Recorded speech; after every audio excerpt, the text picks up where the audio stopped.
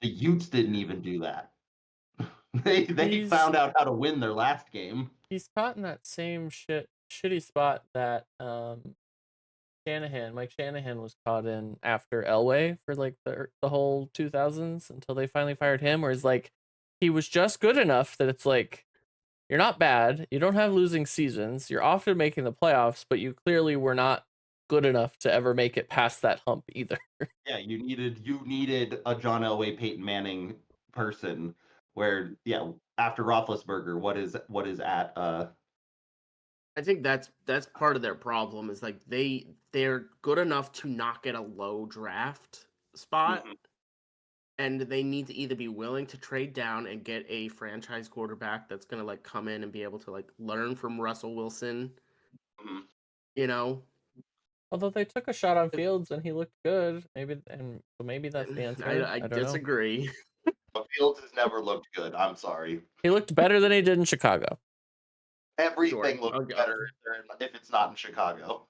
Yeah, so like that's their big problem is like they can't they're not going to tank, so they're always going to be, a 9 or 10, 8, 9, 10 win team, so they don't get those low draft picks. And Yeah. sometimes, to be honest, like the quarterback situation's not always good, and there's no such thing as a sure thing in a rookie. And And so, and they're it's kind just of they're it's just screwed with purgatory. Pickens now. Like Yeah, Pickens is fucking gone. And I don't know who's gonna want to pick him up and take a flyer I on. It feels like a full Antonio Brown situation. Like, well, okay, so they have Pickens now. They had Antonio Brown. They had Deontay Johnson, who are phenomenal steal. Chase Claypool, phenomenal Steelers. And then they go elsewhere and just awful. so, oh Anyway, well. good times. We'll see what happens. I'm excited for next week. We'll see who they play. I hope it's not the Bills. I would love to play the Texans again and put another ass whooping on a team. I'd actually like to play the Bills and put an ass whooping on them again because they beat them 35-10. And it was talking like Josh Allen's like this second coming of Jesus. He is Which, pretty good. he is pretty good. I will not deny that. Not my MVP. Not it's not my MVP 3. Not my MV3. That's for sure. Those signs are just like, man. Well, I like that he was yelling at the crowd to shut the fuck up. Because they're yelling MV3 while he's trying to like get a play in the Oh, huddle. Like, play what are y'all so doing? funny. Like, shut the fuck up. Okie doke. So, let's do a quick little recap. Session 49. The current date is Grissom the 24th of Horisol, so end of January about. Um, you've traveled about 4,130 miles. Oh yes, and I will be calling this the previous session the session that where everything went right somehow. So you started your journey through the jungle. You started your day by easily navigating through a band of tar-like swampland filled with dangers you never met. Using some well-timed magic and haunting pipes, were able to escape some truly terrifying lizards and made it to the falls in the evening, although Felix exhausted himself jumping around in trees and was quite tired from the heat of the day. Once you arrived at the falls, after a quick look, you found this camp to be bustling to a ship close on the shore, taking supplies off of it, decided to walk like you had actual business with the camp. Using your Ogden Trust badge, you didn't totally know was magic. You got the exterior guards to bring you to speak with the boss, a Miss Sally Pearlbank. We're taken to a large mess hall, probably for the guests that would normally come here from Vaux. A small altercation with a worker being nearly shocked to death led to you being escorted to a back room. In the makeshift office, you found some letters detailing a group from the east to be arriving soon, and to have a darkened room ready for them. Using this intel, you successfully intimidated Sally Pearlbank that you were those people, and this was the second, and on to your second lie of who you were this evening. You impersonated the undercommon speaking arrivals. Asked to see the preparations made, you were shown the tunnels excavated and leading down under the volcano. Asked to leave to inspect the boat being unloaded, and were told that they were told to expect you. Sally left feeling quite chagrined.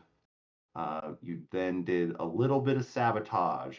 With the evening late, you hatched a quick plan to sink the ship outside the camp and cave in the tunnels behind you as you make your way towards what all clues point to be your destination under the volcano. Felix and Christopher set a bomb on the ship using some sleight of hand and questionable science in the hull of the ship. They'll decide to be heroic and easily let free some detainees from the island resort and cause more chaos, lighting some tents on fire. Upon reconvening, Carrick used a high-level thunderwave to collapse the first tunnel, providing time to collapse the second. Thel enlarged himself and broke a bunch of supports. Afterwards, Felix and Carrick's combined magic brought down the tunnel, nearly burying Christopher. Thinking you have time to spare, you slept through the night and started your descent underground, hoping you have a long enough lead. Small retcon after re-listening to things. Your demolition probably gave you about a 15-hour lead, so you think you still you probably have a good day's worth of travel ahead. You're about a day ahead of the people behind you now. So more than just the 4 hours. Just going back, you guys succeeded quite handsomely in all those interactions. So there's no reason for you to only be 2 hours ahead of them. With Can that you though, start the you guys, activity? what? Sorry. Oh, Start the start. activity. Yep. I forget. You guys use the activity. I would use the activity, except for I pop out all the monsters, and it doesn't pop out correct well. So, Yeah, that's been an adjustment. I've been used to popping my character sheet out. Me too, but I'd be like, I just expand my screen now, like I need longer. two different windows. I've got one on one screen, one on the other. Too much for me to keep track of in one screen. launch indeed.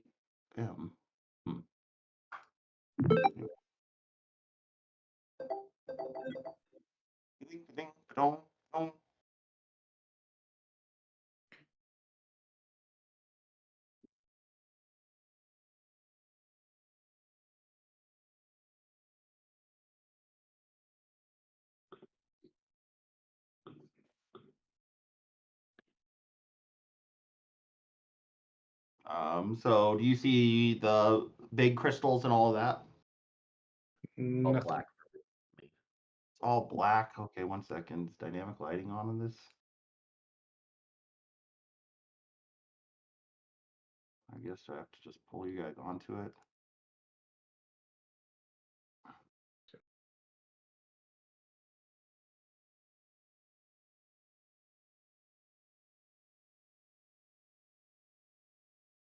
What about now? Still just black or? I see myself, but I see nothing around me. I see Christopher, and that's it. Oh, okay. I see 4 of us. Yeah, I that's guess it. I see the character tokens, but the no map. Nope, now I see the character tokens. What about now? Just the tokens. Son of a gun. To get for doing things.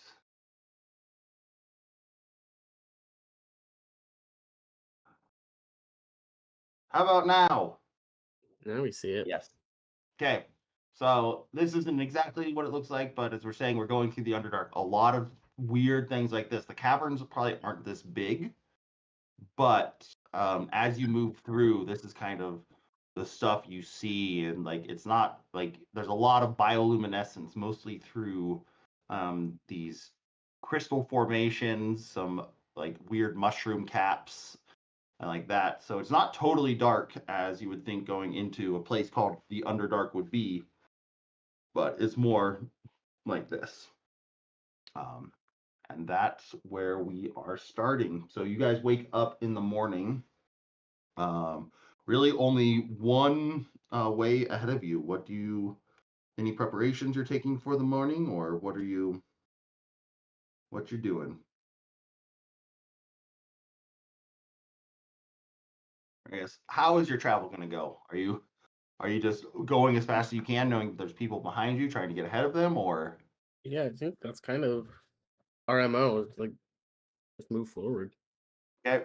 Yeah, so that kind of gives us a choice of if you're trying to go full speed, like you can push hard, like kind of like think of your paces in Oregon Trail, like slow, medium, fast, grueling. What type of pace are you going at? I think we're probably equal consideration for behind and ahead. Maybe. Okay, so probably just a medium pace, just a regular walking pace, trying to get 24 miles in a day. Definitely not grueling. I mean, I don't know if it would be medium, maybe more like fast, but not grueling. Okay, yeah, if you're going, it's just there might be some checks or things you can notice. If you're going fast, then you're not going to, you might not notice some things. So it's it's what do you want to prioritize? What's behind or what's ahead? Balance. Balanced. Okay. Okay, so we'll say it's you guys start going down, and the grade, like as when you first came into this tunnel, was very steep, but it's kind of evened out. And these tunnels, none of them are just like straight, just going downhill. It feels like it's wrapping, and then all of a sudden you'll bend back to the other way.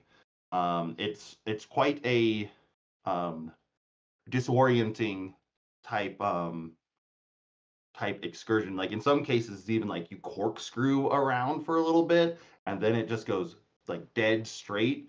Like none of these tunnels make total sense. But you do notice that they aren't, man-made at all. These seem to be naturally formed caverns. That there is water that comes through in some places.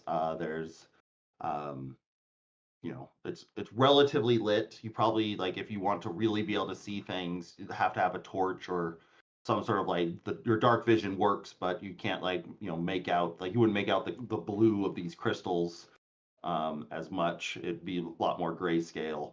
But about 8 hours of travel, on and off doing that. Everyone, just for no, you guys your pace is fine. So We did something like an alert thing, right? Like we'll know when they break through. yes, there is like before you left the alert spell up. So if they break through within the next 8 hours, you will know when they break through, which probably about this time when you're taking your kind of one of your rests as you are continuing travel. You maybe have 4 more hours of legitimate travel before you're starting to push into um more like we could exhaust ourselves and things like that. Do you feel, Carrick? Because I assume who set the alert spell? I think it was me. Yeah, I think it was you. You feel a little like a little silver bell go off in your head that they're probably through. So you would say you probably know that you have about 7.5, 8 hours of lead time on these people. But if they've been doing that, like,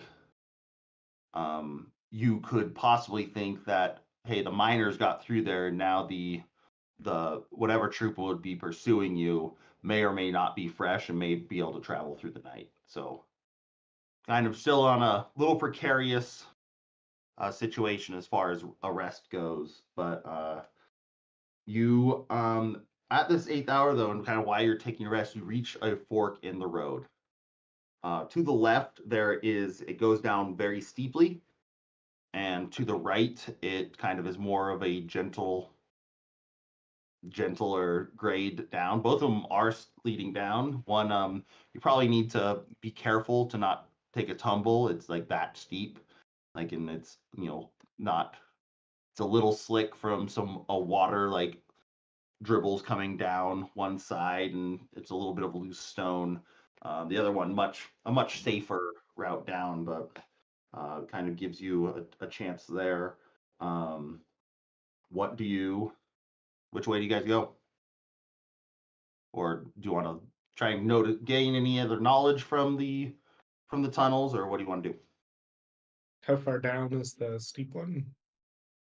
I'm looking down, like, and holding up your torch or whatever. If you have any other light sources, it's it continues down. Like, it probably maybe 100 feet of that steepness, and maybe it levels out, but you can't really see too far out in front of it. So,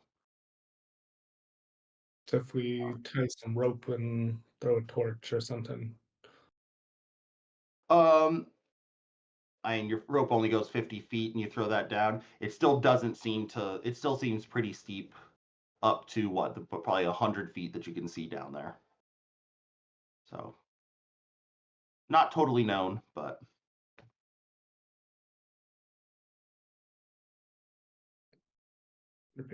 Could I tie some rope together and we'll secure it and I'll climb down just to check? yeah. Make an athletics check with advantage if you have the rope, just to kind of see what happens as the steepness goes down. Is it tied to a person or like the wall or? Yes.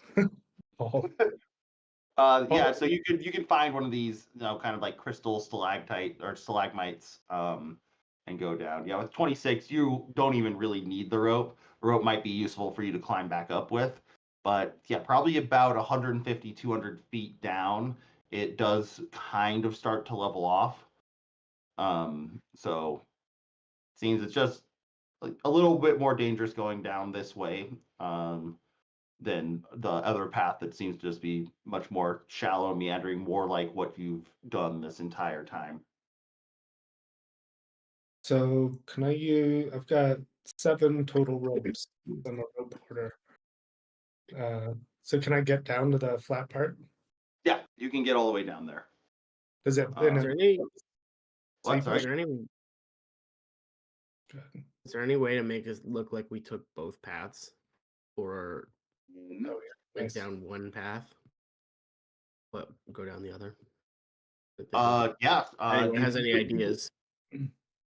You could. No, I'm mostly asking the group, not like Oh. I Okay, I yeah. don't know if you have any ideas on how to do that necessarily, but Speak about that for sure.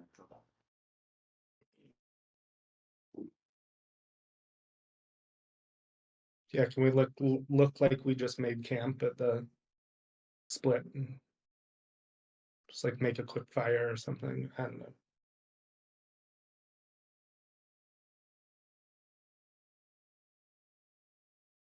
yeah, like I don't think I have any spells that are like good to make anything like crazy. Yeah, I'm looking through mine. Mine have like If we have any illusion spells, I don't have any of those. so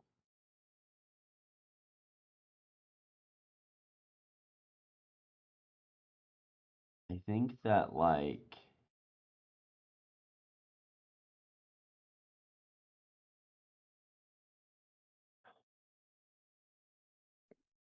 the problem is going to be the range, right? Like I think I can do an illusion spell.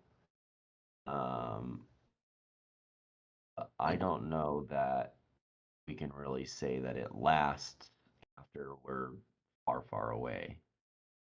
Yeah, I think that's the like how long is the duration, I guess is the question. If it's like a minute, The then I guess really high, I mean, like the low level one's a minute. The really high level one, um, is it's like it's a performance almost. So you could have like a video illusion situation that repeats every 10 minutes. But it says the range is 120 feet, so I'm like not sure what that looks like once we leave.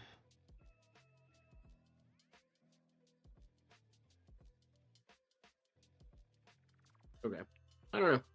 I don't have any good ideas for myself, so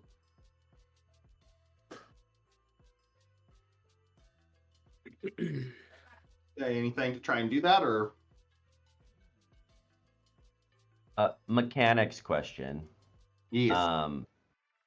If I do like an illusion spell, and then we leave, once I'm beyond the range, does it stop? Like, how does that work? No. So the range is how far you can do it to begin with, then it stays for whatever it says the duration is. What spell are you looking at? I have a couple. The like super high level one I have, programmed illusion. Programmed illusion is permanent. Okay. So it would Okay. it would continue to do. I'm pretty sure it's permanent as long as it's on. Yeah, because duration just says until dispelled. Yes, it's essentially until you drop it or someone casts a spell magic. It is a level 6 spell though, so Ooh. we would have to decide that it was like worth that level. Yeah, of I don't know if resource. it's worth. I don't know that it's worth a level 6 spell slot. Yeah. I'd rather let's just go down like we were like Chris was. So we just make Yes. like a little campfire by the thing and then or Let's just let's go. go down. Just go. Just don't waste your time on it and just start going. Yeah, I think we just go. Okay. Yeah, are you going to so for the amount of rope that you'd need to get safely down, you'd need what, 4 lengths of rope to get down to where it settles out. Only problem is then you're leaving 4 lengths of rope down the. If one more person has another rope, I have that gives us 8, and you throw it down double. You climb down. You have double length of rope, and you pull one down behind it. Man, look at this smart man. Does someone have an eighth thing of rope? Just one more thing of rope because I have some. Rope. I have Alright. hempen rope.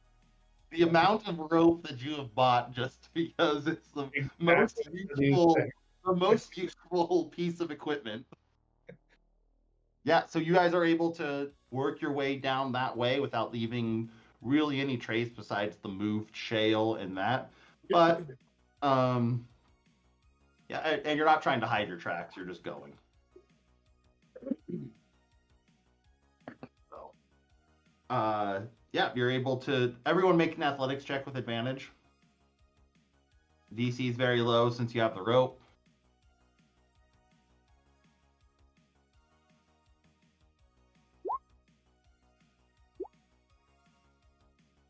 Yeah, even the 2 people that didn't roll with advantage still make it with flying colors.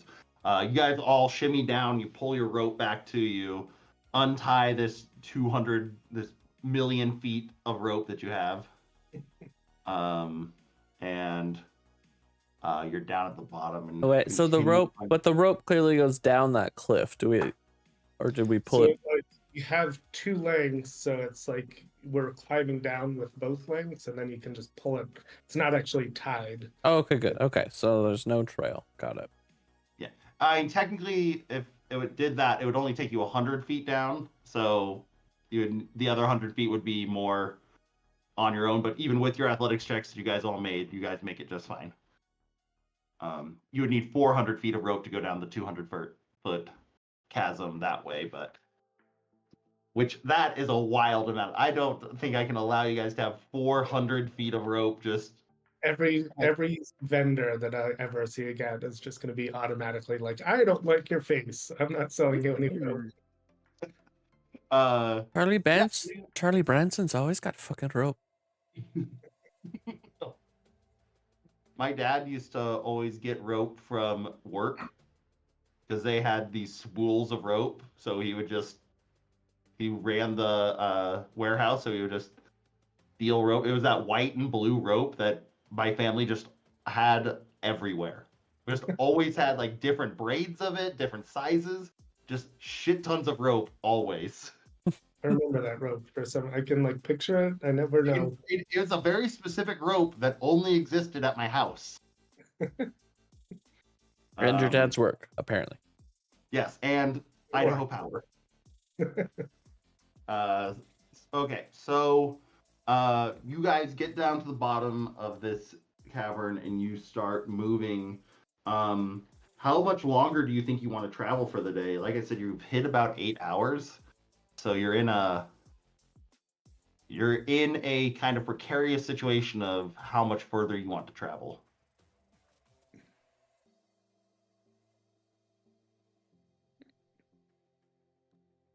Do we have anything to? I don't know. How wide are these caverns? They probably, depending on the area, you get to like some places that kind of look like this, where it's, very much a cavern that's 40 feet across with things, but a lot of it is just a tunnel that's probably like maybe 20 by 20. So can we find like a nice narrow place that if we need to like 300 it and fend off the horde of miners? Nice little narrow gap. Yeah, if you're searching for that, you don't totally know if you'll find something that narrow. Everything's been quite a bit bigger down here. 20 feet's fine enough. Right? Yeah. So yeah, it's really up to you how much probably if you travel for 2 more hours, is at 10 hours you're going to start making constitution saves against exhaustion at your current pace. It's also what you would think right now it's probably up above with, traveling for 8 hours and taking the rests that are needed. You're probably sitting early evening, so probably like 6-7 o'clock. No one has any feet to actually know what time it is. Like, you could make an intelligence check to like figure out, because you're in the dark. Kind of a little disorienting, but you can all start to kind of feel it, carrying all your stuff and moving with, the fear, not fear, but knowing you're being pursued right now. So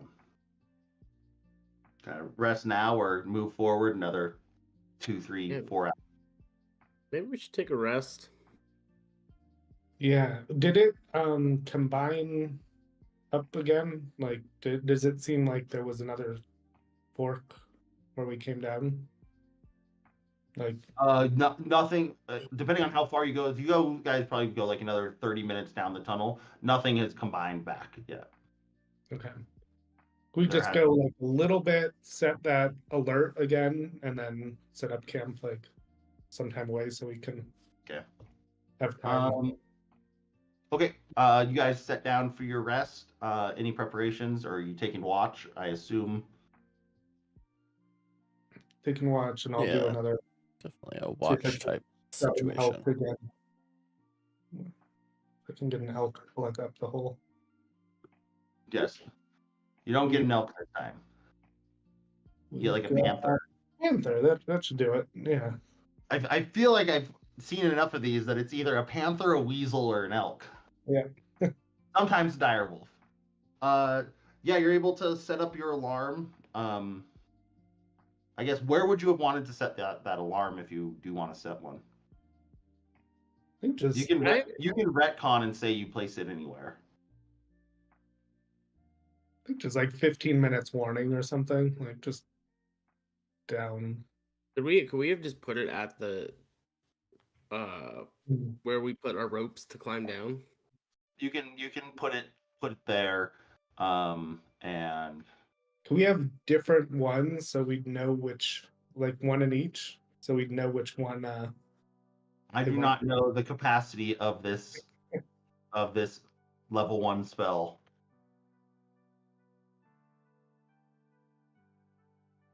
Let's see. Let's see.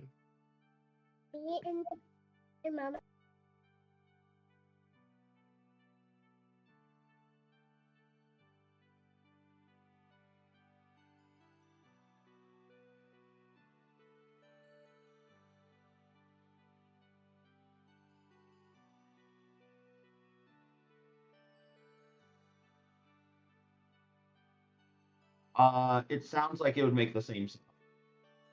Does Carrick have the same thing? Like, By what? Do you have Yeah. alert? Sorry. Do I have what? Alarm. Alarm. Alarm is the name of the spell. No, I don't think I do. Okay. Whatever. Yeah. All right, what's the question? I have the alarm spell. I'm willing. No, I it's just can, the question was if you set 2 of them, would it be? I thought the 2? first one went off. No, but if you set 2 of them, would they make different sounds? So we Then know it- which cavern. Oh, it doesn't really say. I think it doesn't matter because I would think that he'd care if either. I mean, okay. Well, I'd say we leave it up to you, Scott. Maybe luck check. We'll see. I would say make an Arcana check to see if you could differentiate. Like this is Okay. like if you could do like a dull clank for one. No, you Nope. you can't. You That's fine. cannot. I'm gonna set it again anyway. Yeah, you set one. It's just if you were like to set it at both entrances, you could have said like, oh, if we hear the alarm go off and they're going down the other tunnel, we might not need to hurry as much as I think what Chris was going for. Got it. Yeah, I'm not that worried about it. So no, I think you just place it across both tunnels to just kind of like know that they've gotten to that part. Yep. And yeah, you will know. Let's see. We need to get dice out. Dice.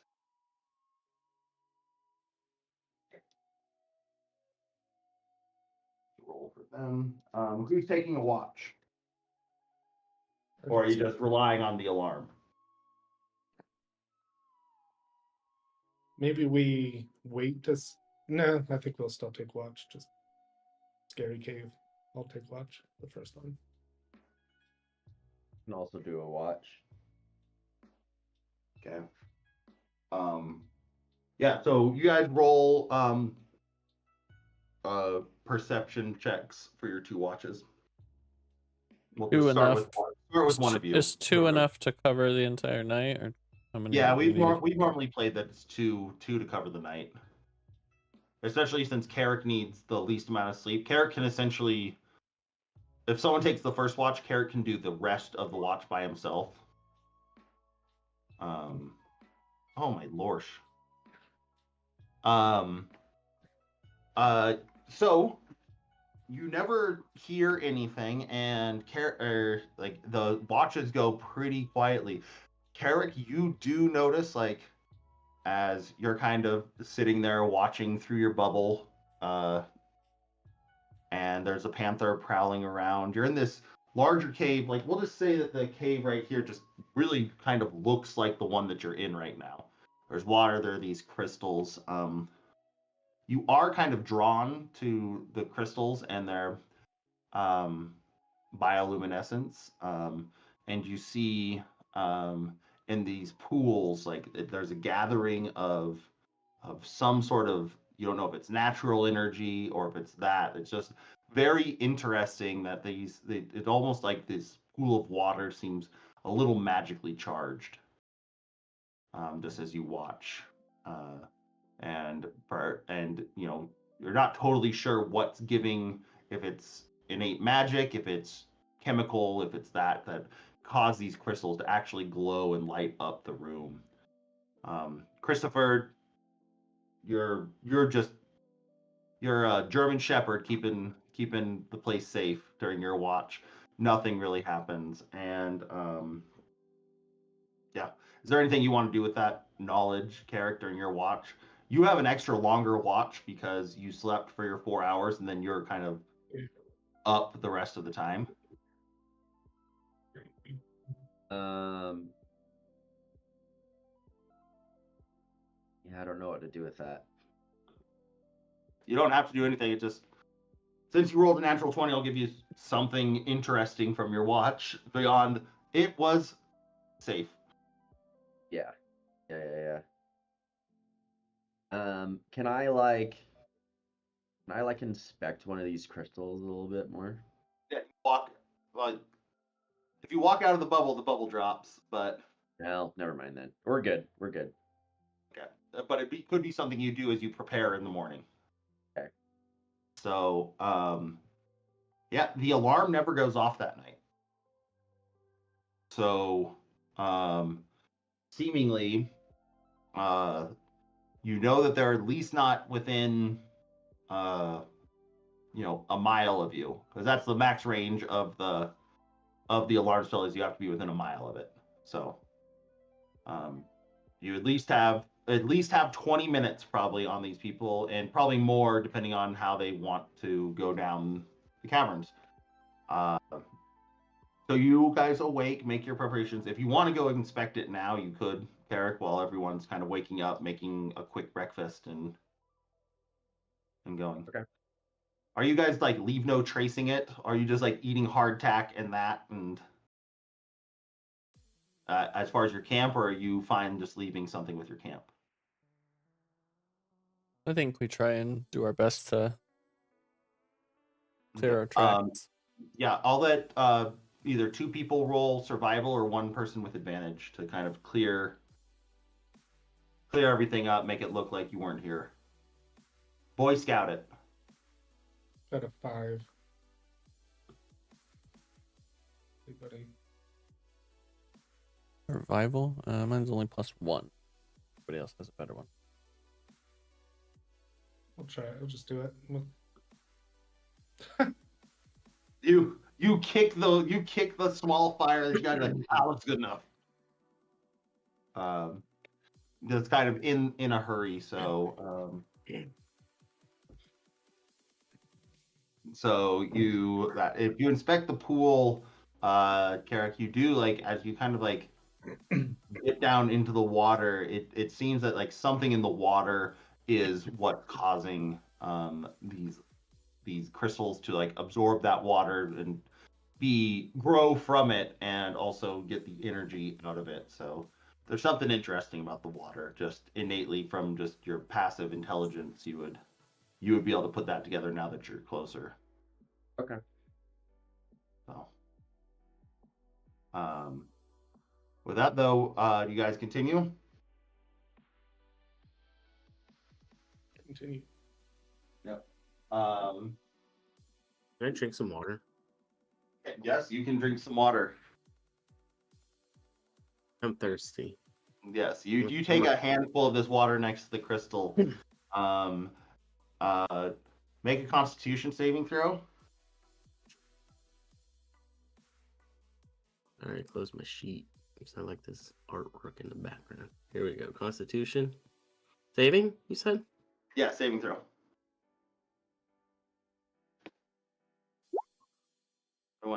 You like feel like it doesn't go down hard, like it's not like actual water, it goes down thick, almost like a syrup. But Like you a do slurping. feel a little bit of like a little pep in your step. And what you feel like you'd almost would be infused, like something magical happened inside of you. I'll just say, like, with that, because it was a great save, you would probably, if you drank this water from here, it would have restored like a level 1 spell slot. It's just imbued with natural magics that heal. Okay. I mean, that's cool and all, but I get spell slots on a short rest. So that's Yeah. not very helpful for me. So it's not. How about maybe the next spell I cast doesn't cost me a spell slot? How about that? Okay. I'll leave it up to you. I don't really care either. Yeah. You're infused with a bit of magic. I'll say that you can cast one of your spells as a level 1 spell. You have a level 1 spell slot. Okay. Because are your spells currently cast at level? They're level 2. They're all level 2, so they are cast at level 1. Okay. I get a little. I'm gonna pour out my bottle of wine and fill it up with water. I'm Okay. gonna drink my bottle of wine with Does everybody. does Carrick say, "Ooh, that was special water," or are we aware? Yeah, I just tell everybody that it was a little thick, but I feel good. Yeah, probably after you drink it, Carrick is like, yeah, there's something in there.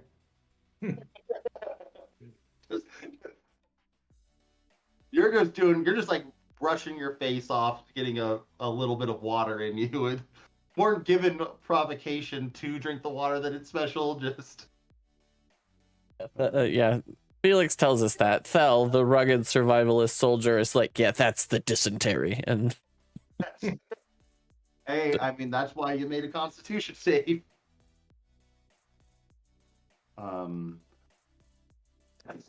Anyways, you guys continue down the Underdark road.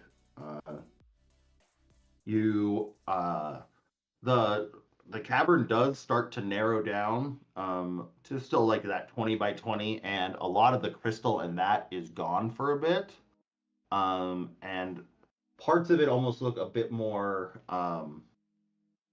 man-made, like this, like you're out of part of the natural cavern and into a part that might have been like bored out and constructed by this, that, or the other thing. Even the stonework kind of starts to change. It's a lot more like granite-like, where the rock you had kind of been going through is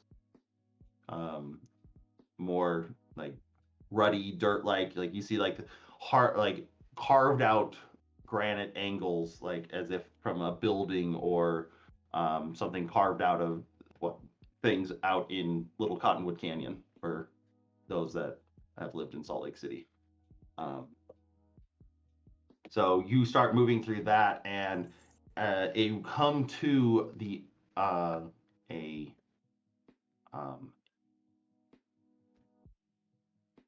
of an end of a tunnel.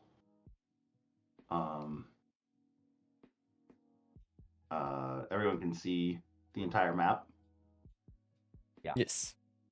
Yep. So you come to kind of this end of a dead end, pretty much, except for a giant pit.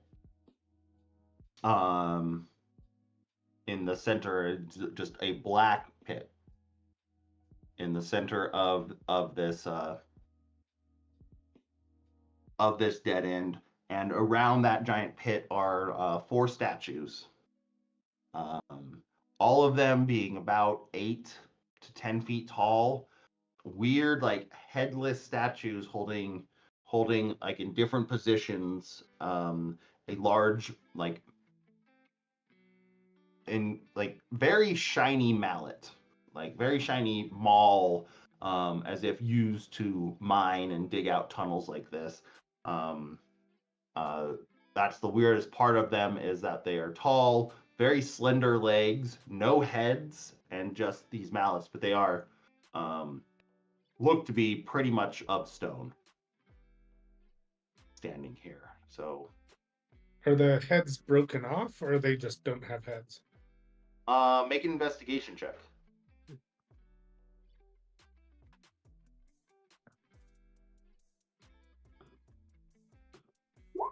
Oh yeah. You can't see the top, so you kind of like hop up because it's so easy for you to hop 12 feet in the air. You just kind of like bounce on your toes to see the tops of their necks. It is just there was no head there to begin with.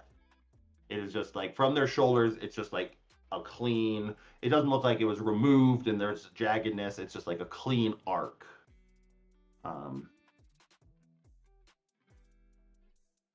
Yeah, but for that, probably move yourself to whatever one you were examining. You guys can move yourselves around this map. There's no real hidden things. It is pretty basic, as you would say. Okay. Anything else anyone else to do? Their heads were cut off, right? No, it looks like they never had heads to begin with. Oh, okay. That whatever this statue, weird looking statue, which is just kind of looks of stone, except for they're holding these very shiny, like, they're 12 feet tall. The hammer is probably 10 feet tall. So the hammer's like an actual hammer, or is it part of the statue? It is made of metal and looks just to be wrapped in the stone hands of the statues. Are they all the I same? use detect magic on the statues. Do you sit and wait for 10 minutes? Are you just casting it as a ritual? You look through all my spells. Yeah, I guess it would have to be ritual. Because you don't have it prepared. Oh yeah, and make sure you prepare your spells, Carrick, every day for what you want. Yeah.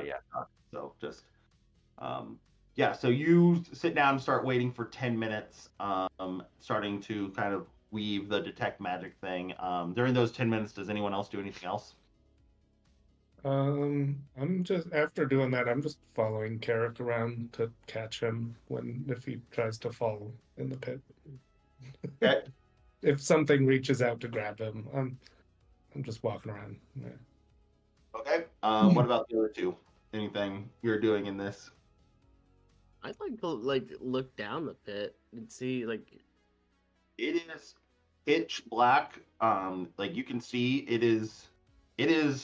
It also looks like it was bored out. Like this entire room is more of like a dome. Like I didn't draw a perfect circle here, but it is more of a dome of that same granite material with a solid shaft going down. Nice.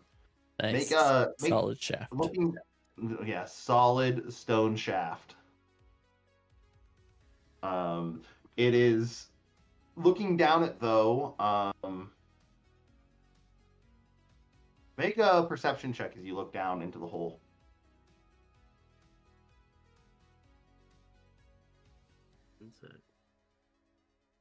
Where you at?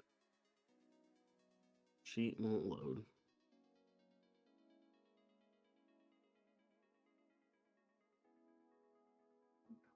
What's my modifier? Can you open mine and see what Yep, my I'm modifier opening is? for you. Your perception is +6. So 19. 19. plus So 6. looking down, you do see in four corners these kind of large metal hooks that are embedded in, and following that and looking up, you see like towards the ceiling, there's those same hooks and bits of chain that are hanging off of them. So and you see like there's that in like the four corners of this pit as you kind of walk around. Only one of those top hooks have any chain hanging from them. So yeah, you could maybe put together that there was something, maybe some sort of lift or some sort of something down here in the that goes down, but it's long Like and an broken. elevator. Yeah, like Big an broken elevator. Yep. So, but you can't see like beyond your 60 feet of dark vision, or even that. Like you can't see how far down this pit goes, because all that bioluminescence in this, like all those crystals in that, are gone. This is a solid like stone cavern. Maybe, perhaps, with all that they've said, perhaps one of those little pockets from different plane that's been inserted into underneath this island, which might give you a little bit of hope in that you have run into places that don't fit in here. So maybe there is a volcano at the bottom, or a old Underdark city somewhere.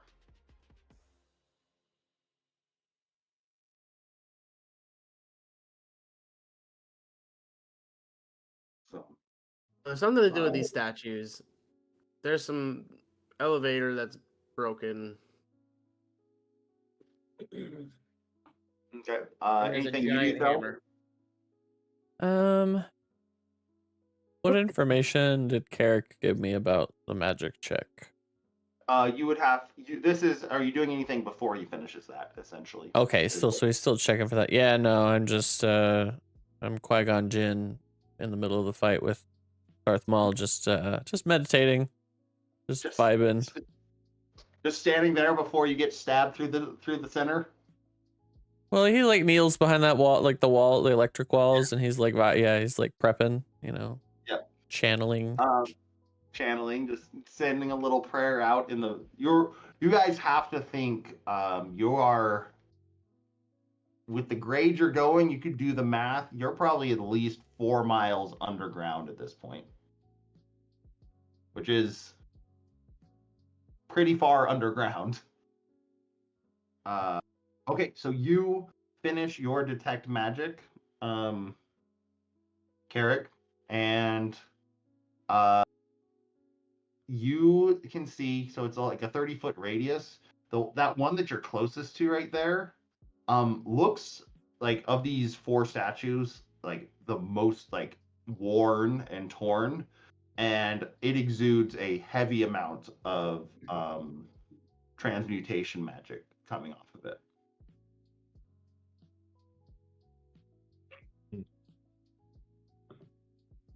I think I would talk to the others and convey this information. Mhm. Transmutation magic. In fact, make an Arcana check as you look at that.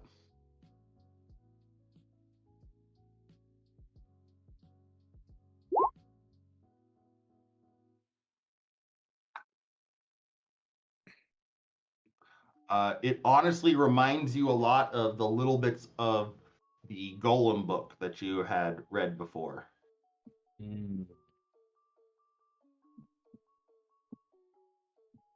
And as you go up to like kind of examine it and like are looking at it, you see a very sudden shudder come over its shoulders. And it looks to you. Make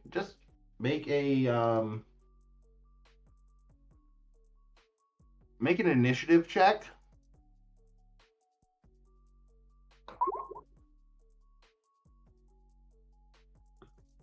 Oh, yeah. You're able to back up as this thing swings its hammer across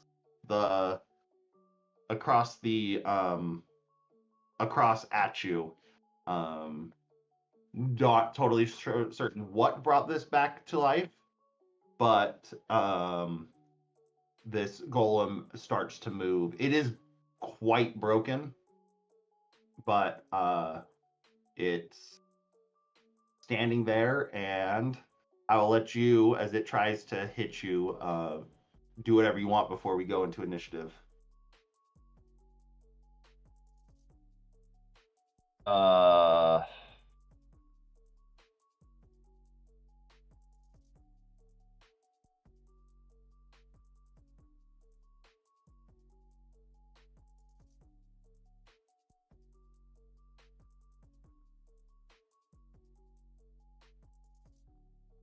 I guess.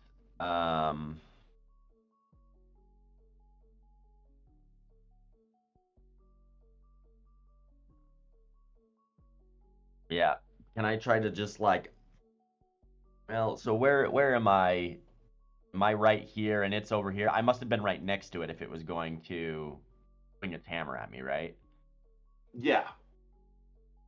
Would I be able to get into a position where I could thunder wave it toward the pit? Not really. Not really. Not really. All right. But you can thunderwave it for sure. Yeah. I guess I'm just gonna thunderwave.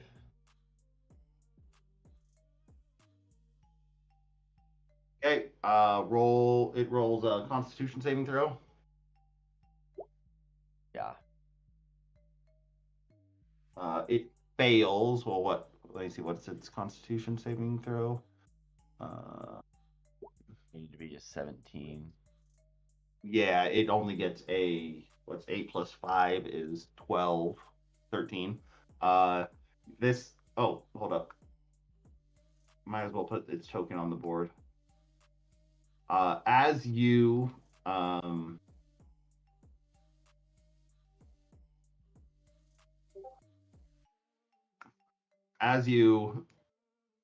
do your thunder wave, like it swings its hammer, misses, and you clap your hands, perform your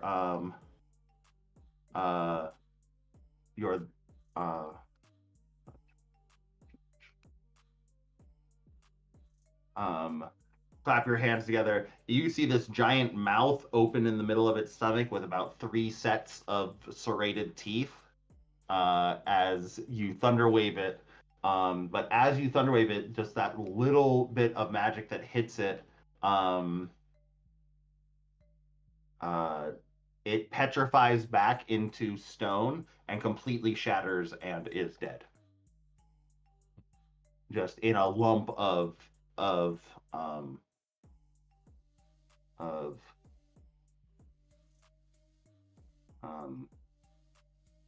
lump of crumbled stone. Okay. The mouth even turned into stone, like what looked like a definite, like fleshy mouth, is stone and shattered across the floor. But with that, at the same time as that magic goes off, let's see, use a measuring tool. Too far away. Yep. The one that you guys are standing next to over here begins to animate slowly back to life. No.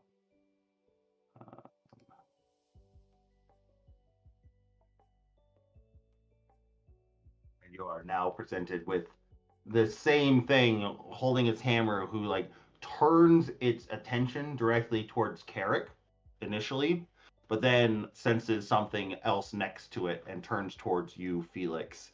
And probably at this point, we will roll initiative.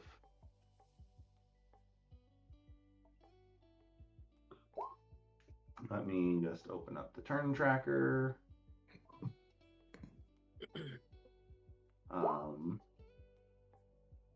Carrick, will you re-roll your initiative? Okay.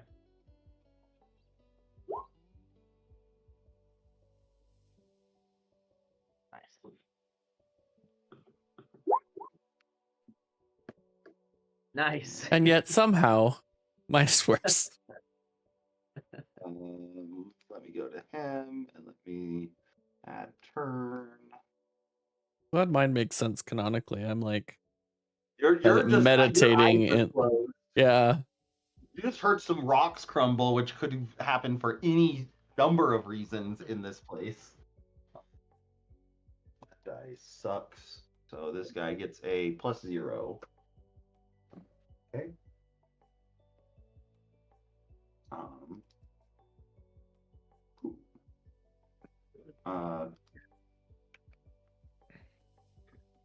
Yours is okay.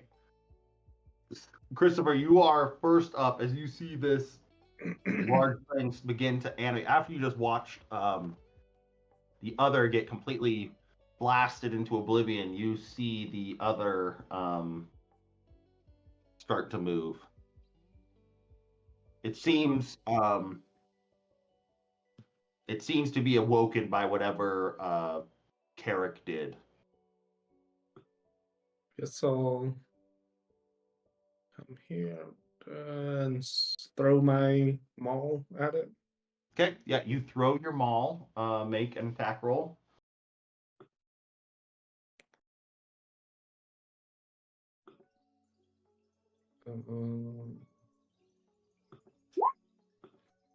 That hits, slamming into its back. Let's see, 1 second. I just want to make sure it doesn't have any. Yes, it hits it, although the fire seems to just fall off of it. But it does take a shot to the back from your hammer.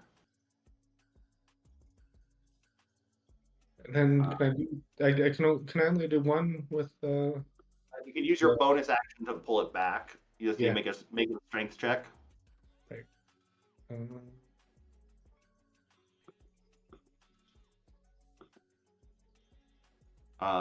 You are not able to pull it back. It is a 12 to pull it back on the chain. Okay. So your hammer is sitting there, laying there on the ground, but you have plenty of movement to still run up, pick it up if you want. You just wouldn't be at range. Sure. Okay, yep, you can go run up and take one more swing as you pick up the hammer that didn't come back on your chain. And take another swing at it. I go here. Yep. This one I'll do reckless. Okay. Yep, that hurts. Again, you feel the fire just kind of waxes off, almost like completely dissipates as it hits this thing's skin, which has gone from like a stone gray to almost a purple. And that mouth kind of opens and goes and like making a weird sucking sound as it's coming back to from this semi-petrified state. But that hits it for sure. Is that anything else on your turn? That's it. Okay. Felix, do you have your sheet again, or do you want me to keep it open? No, I've got it. Okay. That brings it to Felix's turn. You are standing right next to this big old guy, which you would not know is called a tomb tapper, but it's called a tomb tapper. Well, I am going to run this way. So disengage. I don't have to really disengage. I'm just gonna move. Okay, so it gets an attack of opportunity on you. I have the mobile feat. You can always move that. I thought you have to attack it first, and then it doesn't get a. Oh, you're right. That's when I make a melee attack. That's fine. I'll take the attack of opportunity. It's fine. Okay, it reaches out with its claw to try to hit you, because it's like other hammer arm hasn't quite gotten back to working. Holy shit! This thing's hammer has a 15-foot range. This is a big boy. That is a 19 plus 10, 29 to hit. Mm-hmm. I think that hits. You said plus 10? Plus 10. God. Guys, damn. you're level 11 and overpowered. You have to fight real things now. No, it's fine. It's just that's Yeah. crazy. A plus 10 that's a lot. 5, 6, 7, 8, 9. 9 plus 6 is Plus 15. 15 points of damage as the claw just like reaches out to try to stop you from moving, but instead just like rakes these like feel like stone-like needle fingertips against you. As I you am going move. to Eldritch Blast it. Okay, after roll moving. your 3 blasts.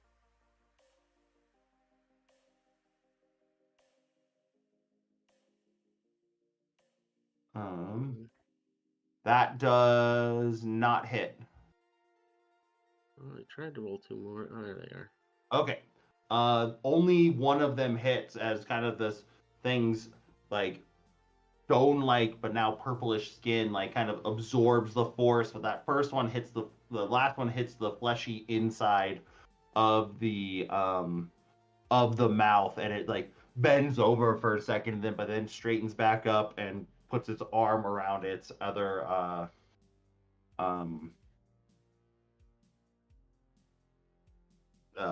around its sledgehammer, and it is then going to be or anything else you want to do? Nope. Okay. Next up is the monster itself. Who is going to, what can this guy do?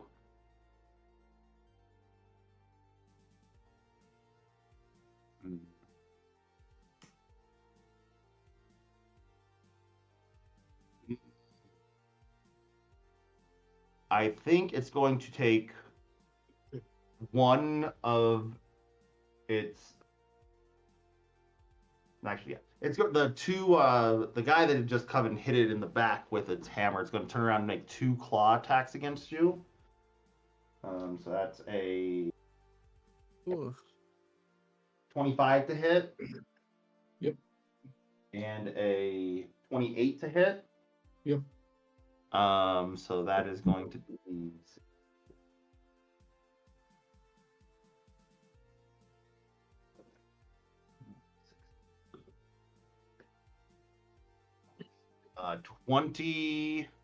32 points of damage as it hits you twice. And as it grabs, like the first one grabs into your back, the second one grabs into your side, and then it pulls you close to its stomach. And is going to try to bite you with its stomach mouth.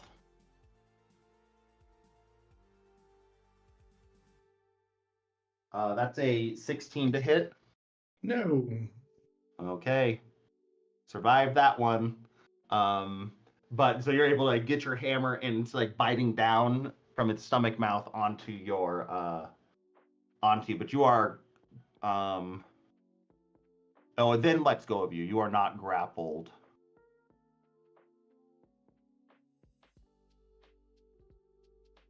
Okay, that is the oh, actually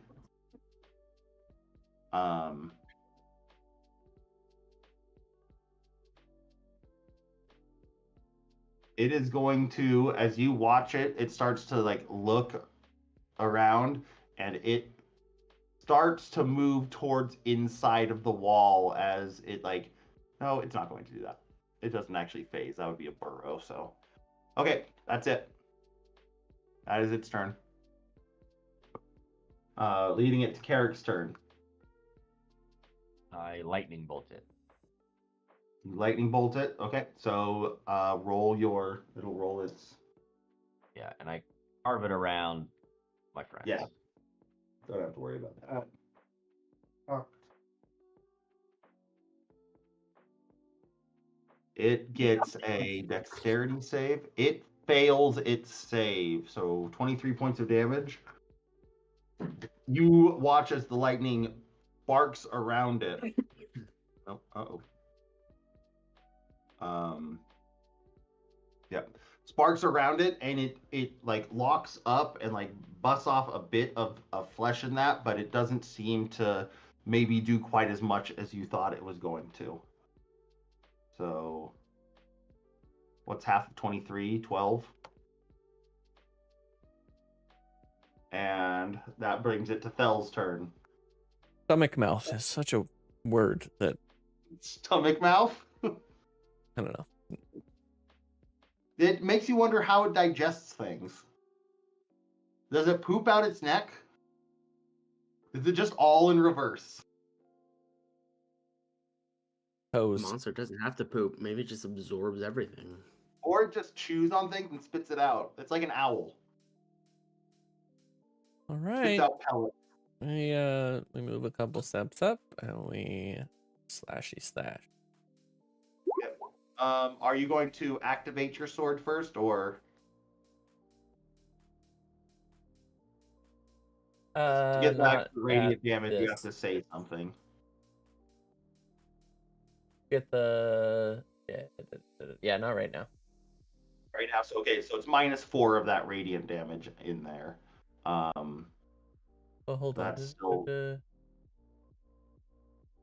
so much fucking damage.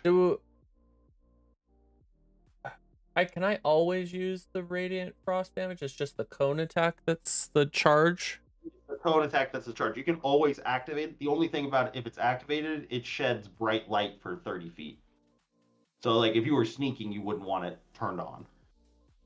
Okay, But I it could turn requires it a off. bonus- I could turn it off and then continue, and then Yes, turn and it then on turn it back later in a day. Okay, so yeah, I'll turn it on then. Sorry, I was thinking Yeah. that would expel my charge on it. No, yeah, it just requires it requires some type of action to turn it on. So like, you Okay. don't have a bonus action this turn. Gotcha. Yeah, bonus action and turn it on and then hit. Yeah. Yeah. So Yeah, you you come up and speaking of the stomach mouth, seeing how it seems to be the fleshiest or most uh you know human like part of this, you come and jab your sword up, which wildly with how tall this thing is and as big as that sword is, it like goes into the mouth, but it's still like it like gets stopped. Like you only get like the first 2 feet of your sword in there when you think that you should be able to shove it up more, but as you do that, the radiant light like um, bursts inside of it. The all the ice parts of your sword just kind of fall off, seemingly doing nothing. But it does take the large amount of hit from um, the first strike, and you're able to make your second one.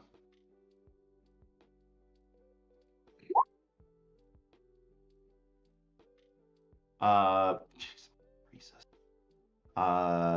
No, that doesn't hit. Yeah, armor class of 17.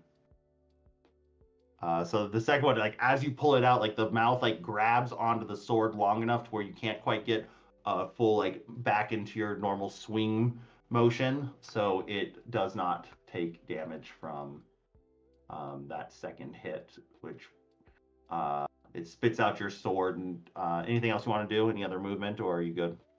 No, I'm good. Okay, Christopher. I'm gonna rage Okay, and swing again. okay. Swing away recklessly. Yep. Well, didn't do much. That misses.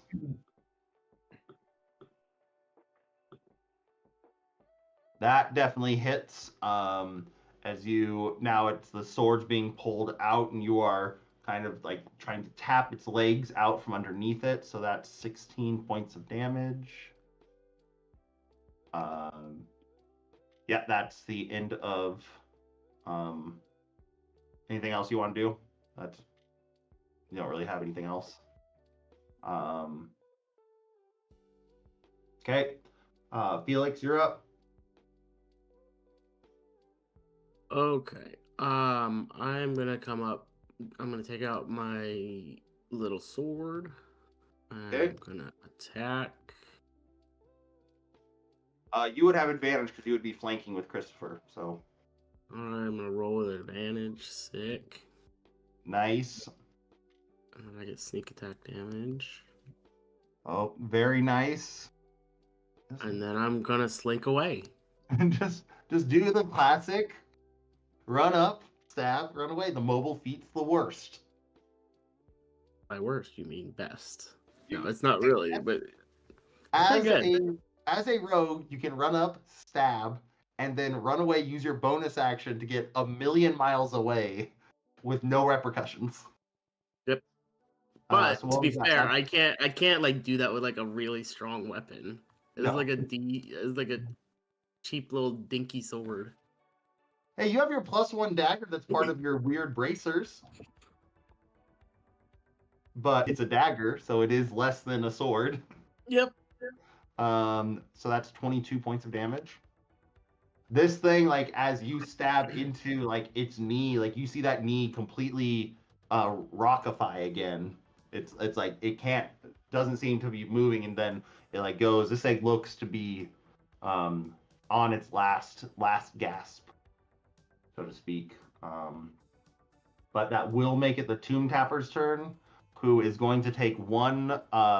It's just going to take one big swing with its hammer, just around in a circle. One of it can make 2 attacks with it, so it's going to try to hit Christopher once and Fell once. So against Christopher, that is 21 to hit. Yep. And so that you take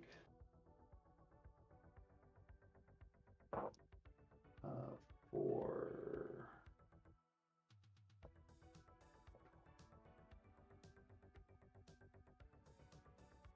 26 points of damage reduced to half. So 13 points of damage as you hit. And against Fell, that's only going to be an 18, so it doesn't hit fell with its as it takes this big arc. You're as it hits Christopher, you're able to like absorb the damage, almost like push it up a little bit to help your combat brother out. And that ends its turn. It can't move. It's screwed where it's at. So next up is Carrick. We're gonna try Ray of Frost. Make a perception check to see if you notice this.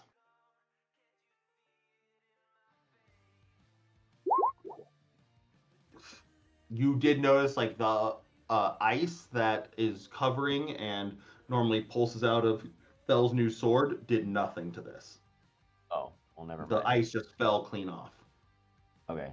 Well, we're lightning bolting again, I guess. Okay. So it gets a save plus 0.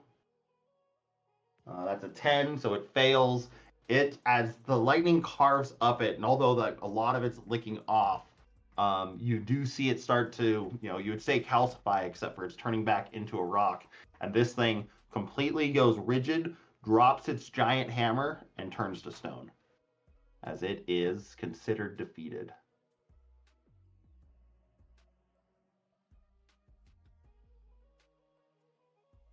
By the way, yeah, there. what? Assuming. I assume there's 2 more down there that we haven't activated or whatever. There are 2 other statues on the other side. Was there one that had a chain, he said? No, the chains seem to be all. There used to be chains here. Things are broken.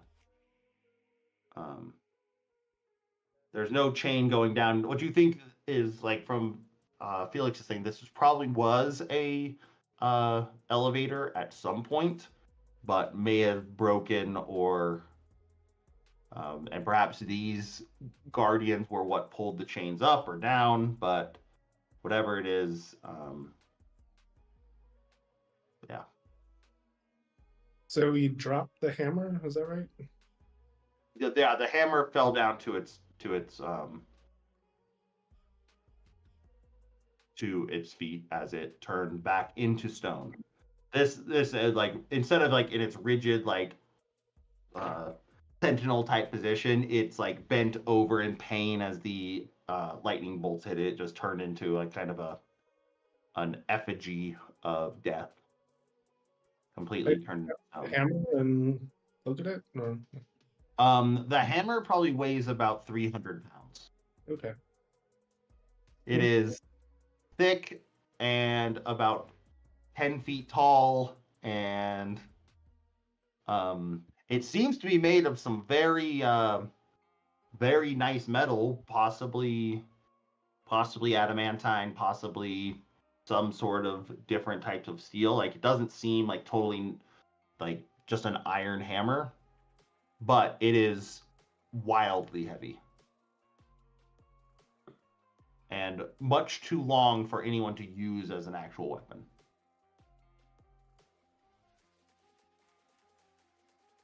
I drew my map too small because these guys are supposed to actually be, and I just adjusted them. They are supposed to be this big. So, no, that big. Sorry, that big. But that doesn't fit on my little map. So you guys are all on this other side, away from these 2 other statues that don't seem to have become activated.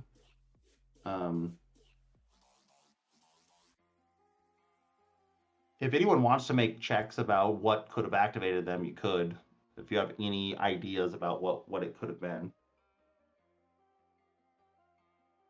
Isn't it just proximity? I think we got close to them and they started going off. Yeah, go ahead and make an Arcana check. Just you have some level of magic, or you could make you could make a history check, but you need like a DC 45 million. I mean, my Arcana is trash, but I can try. Nope. You say like, don't stand close to these things, That's that. Yep. which is good enough. So we're kind of at a dead end here, y'all. Like, I guess we could go back, but then we may run into some people, or we could try going down. Just keep fucking up these guys. I don't know. You want to go fuck up the other two? I What mean, you happened? can. Yeah, all of them. I assume we're eventually going to want to go down. How does don't you have feather? Can I pick up a small rock, throw it in the pit, and listen for how long it takes to land? Yes. You listen, and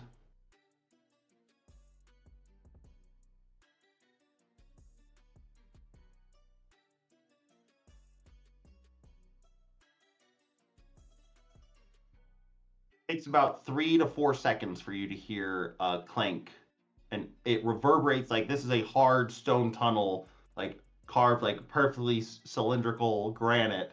It echoes up very loudly up as it hits whatever bottom is. Quick math. I have no clue what that would be. I'll tell you if you like. Yes, rock falling for 3 to 4 seconds distance. It's 1/2 AT squared. So the time squared. So if it's 3 seconds, it's 9 times 9.8 times 0.5. So 44 meters. And 44 meters, so 4 times 3 is 320.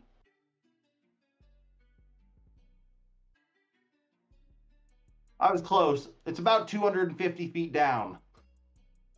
Yeah, so that would be 132 feet if you go by that.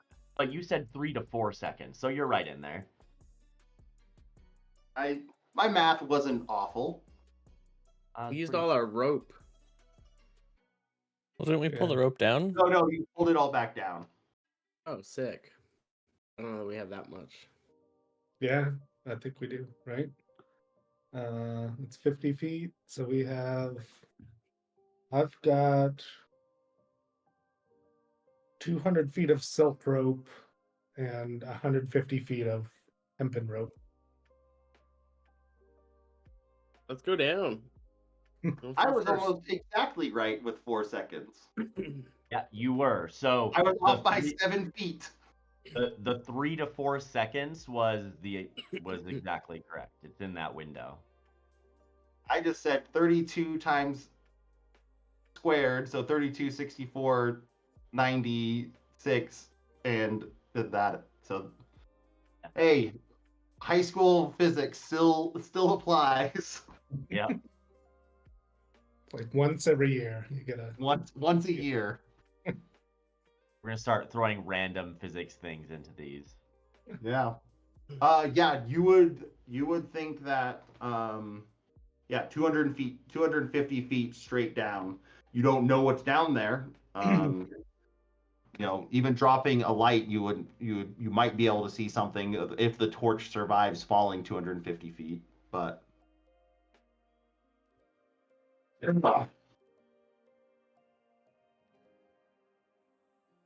so let's go down.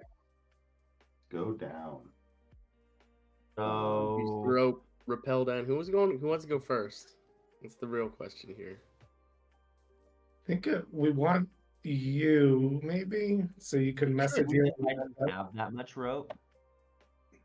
Yeah, you guys have 8 lengths of rope at least. Yeah, I'll go down first. That's fine. 8 would be 200. So you would still have 50 feet to fall at the end of that. How much to fall? 50 feet. Okay, that's fine. I'll go down. Okay. I'm gonna take the rope. I'm gonna go down and then I guess drop the extra 50 feet. Yeah, you are kind of like maybe like yeah. You can climb down. You don't really need to. You're just rappelling down, so you can be smart about it. Like wrap the rope around you and just kind of get lowered down almost. With the amount of strength between Fell and Christopher makes this negligible. So you are starting to be let down, and you get to the end, untie yourself. Make an acrobatics check as you fall this last 50 feet. Does he see anything before he jumps, or? Looking down, all that you would see is a cross of you see a road, Jesus. and it seems like that it's going perpendicular, or it cuts straight across. It's going one way and the other. And it's at a small slant. So you're going to take the 5d6 of falling damage. Just kind of as you untie yourself, it's just a little awkward. So you aren't kind of like able to get a good grip on the side of the wall to maybe slow yourself down.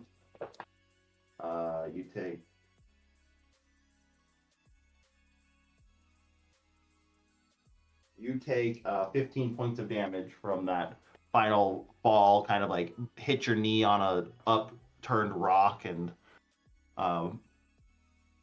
feel that you might have done a little bit of ligament damage, but nothing too wild. You are sitting there, and sure enough, it is another sloped grade. It seems to your right, it's going up. To your left, it's going down. Wait. So where I like the walls are sloped, or No, you're like on where an I'm heading? actual like back down to an actual path going down. Okay.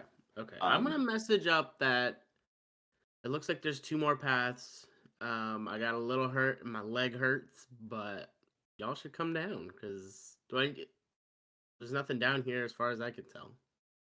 No, and even like if you want to do a better like search, it just roll a perception or investigation check to see. Nah, just tell them that. Yeah, safe enough.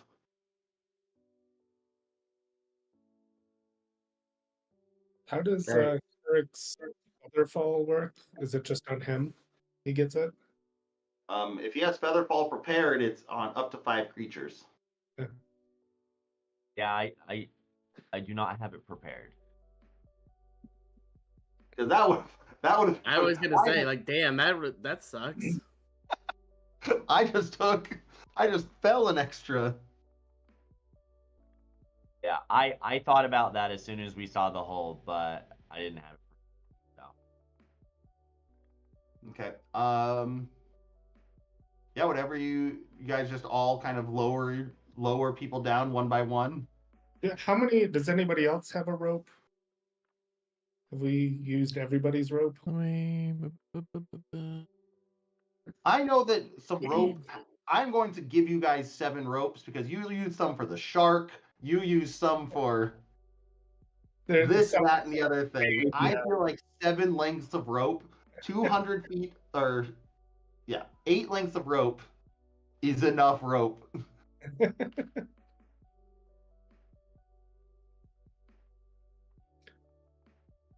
So, I'm gonna tie my chain of returning to the rope too. And so an extra 30 feet.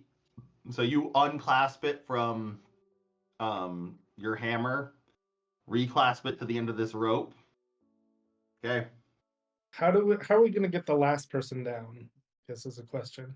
Everyone can climb down the rope. It's just a matter of you're leaving the rope. Okay. I'm gonna okay. Or we will not leave the rope, okay? So far, rope has been the rope is more important than the pets we've accumulated. Yeah, so what order do people go down? If you class that, it's only a 20-foot fall from the end. So I guess we have to leave the rope though, right? Yeah.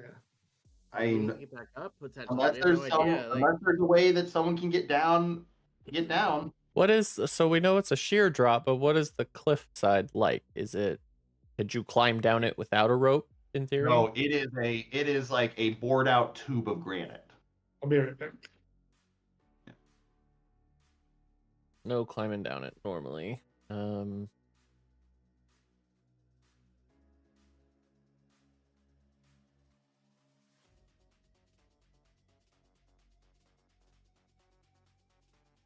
Yeah,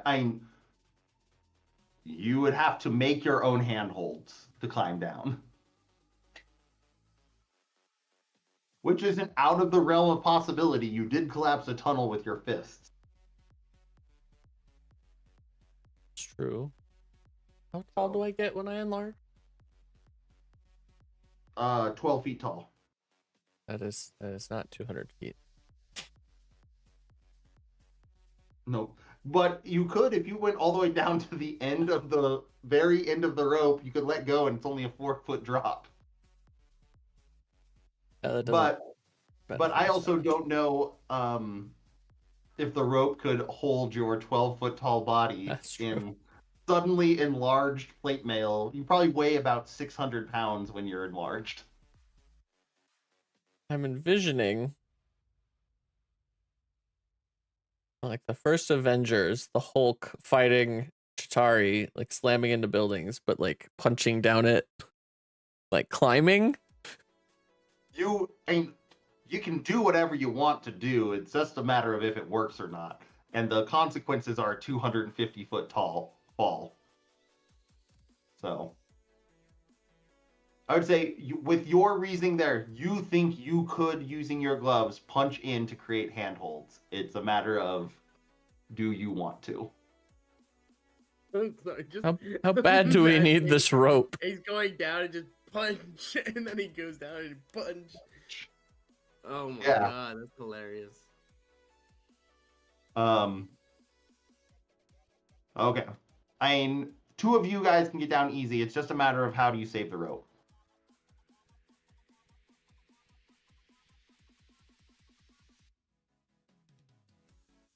And what order do you guys want to go down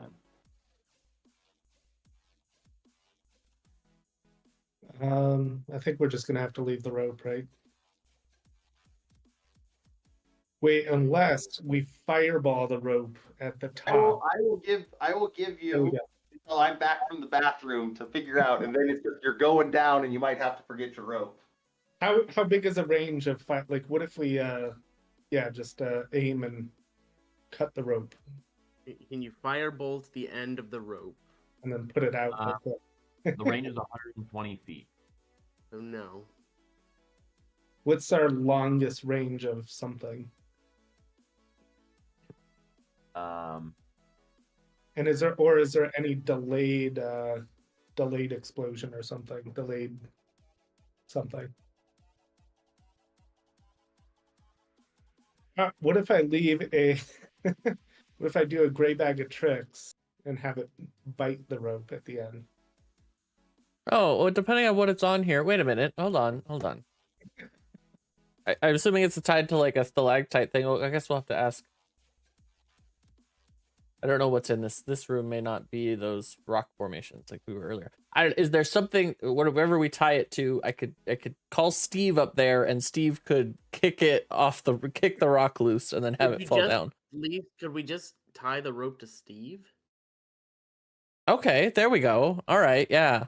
Like, are we like how much? Like Steve can hold us, and then you just get rid of Steve. Yeah, and I just dissipate Steve, and then the rope falls. There we go.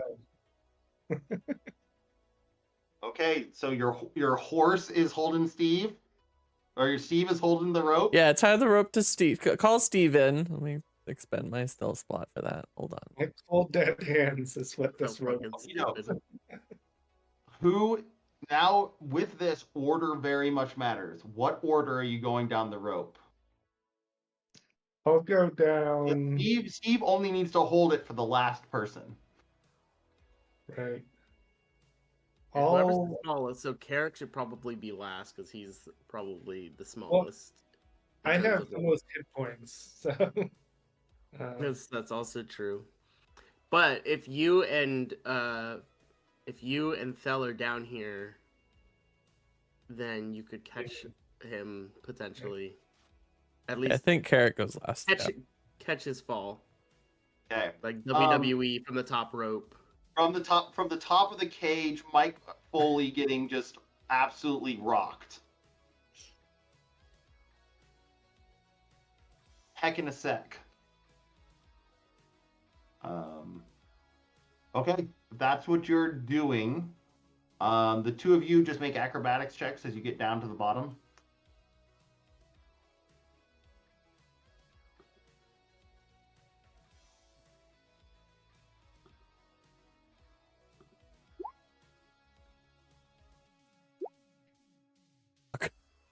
Okay, both of you guys are not graceful.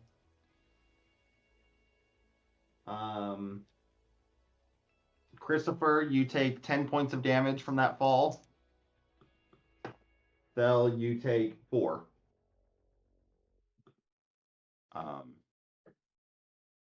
You are on the ground though, so I guess before you left, Thel, you brought Steve into existence. Yep. We tied the rope to And Steve.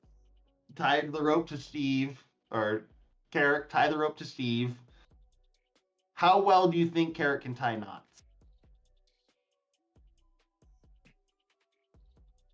I can time pretty well.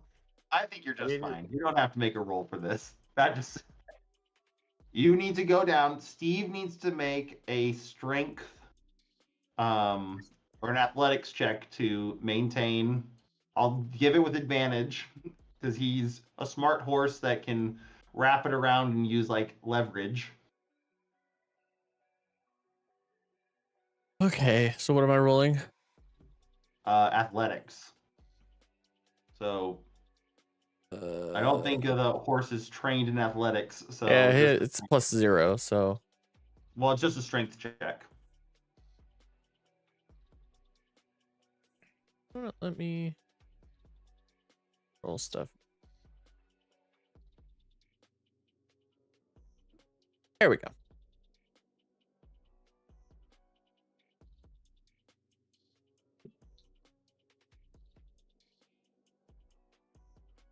Horse is just falling down the 7. hole. Nope. A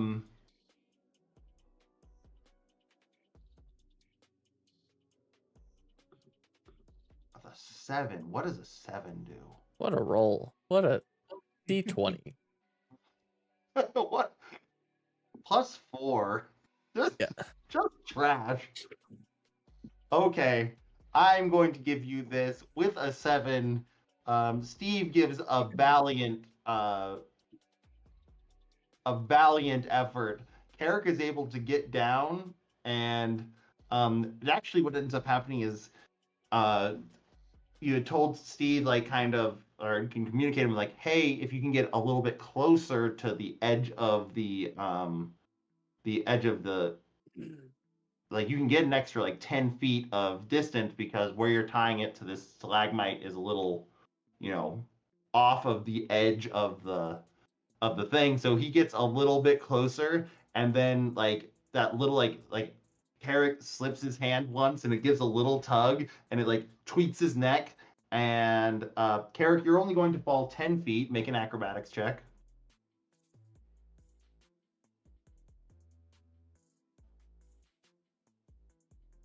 You only take 3 points of damage as you fall this last little bit. However, you guys all hear a very loud neigh as Steve is pulled into the pit and is plummeting down 250 feet.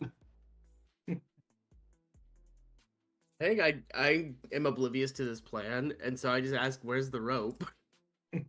Rope, you see, it's starting to curl down. The chain is hit. It's curled down, and I'd say Carrick, you need to make a dexterity saving throw to get out of the way of a plummeting horse.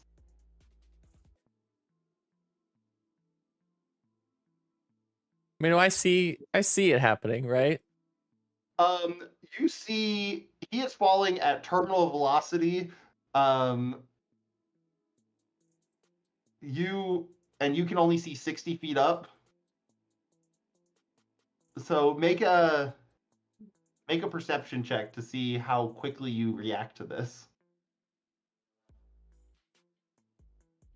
I mean, if Steve dies, He can be what's the worst resummoned. that could happen? Yeah, like who cares? As long as Carrick doesn't get crushed. Okay, 16. Is a 16 enough to notice a terminal velocity horse? I'm gonna say I'm going to go collect the rope too. I'm like walking right underneath it. Okay, then make a dexterity saving throw. I'll give a 16. I don't know, man. These are like the most middling, like high level of middling rolls.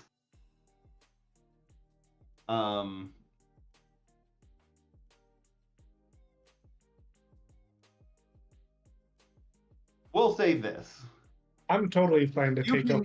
you can have this. You can either have Steve survive and but Christopher takes some damage, or Christopher takes no damage and Steve explodes.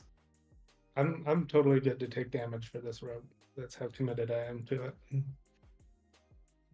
So But I'm not able to dispel Steve before he hits the thing. ground. He's going to like flip the top of Christopher's head with his hoof and then disappear, or hit the ground missing Christopher.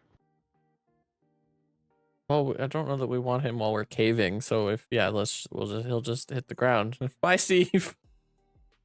You watch a horse falling at 160 miles an hour hit the ground and just poof into just a bunch of white glitter that dissipates. Like, and it's inches away from you, Christopher. Inches away from just being crushed by a War like, horse. I would have. So what would that have been? Let's just say 250. That's 25d6 worth of damage that would have hit you. It would have been half because you would have decimated him. Right? Yeah. That's I think D6. as this is happening, I think Felix is looking horrified at what's Yeah. happening here. It depends on like how magic, how you want to vision magic working. Is it just like cartoony and just like a mist, or is it literally like a red exploding organs mist that then dissipates? Like, Oh, it is. So we've had this discussion in our game.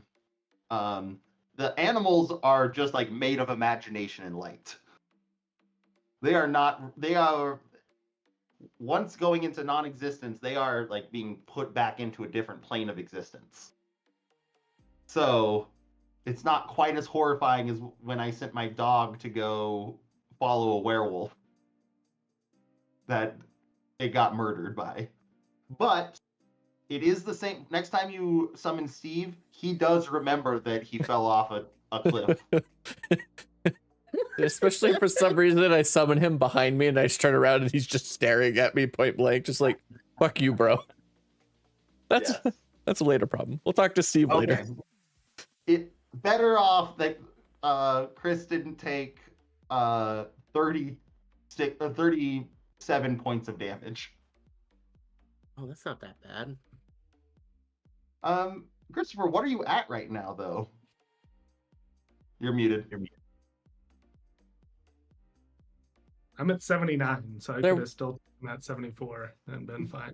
There was a No. moment earlier where I was like, what if I just jumped? Like, how bad could it be? 74 points of damage. Okay, I could have lived. That's a what? I mean, if we just said average, 25 times 6 is 150. So yeah, 75 points of damage is average. So That would have killed me. yes, that would have killed of you. It would have knocked you out completely. I guess maybe not killed, but it definitely would have put me into death It would have been saving screwed situation. because if you think you would have been down there by yourself making death saves. The most anticlimactic way for a character death. But very funny. Very funny. At least we had an exploding horse instead. That's the day. Like I don't. If he dies, he dies, and if he dies alone, then I guess it is what it is. Okay, well, honestly, that went about as well as you could. You were one space off, Carrick, the entire time from waking up the worst of those tomb tappers. Nice. Just It's basically proximity, wasn't it? if magic was used within 30 feet of them, they came Mm. alive. That's not exactly how the monsters are, but how I've kind of changed them. They hate anyone that's not a human using magic.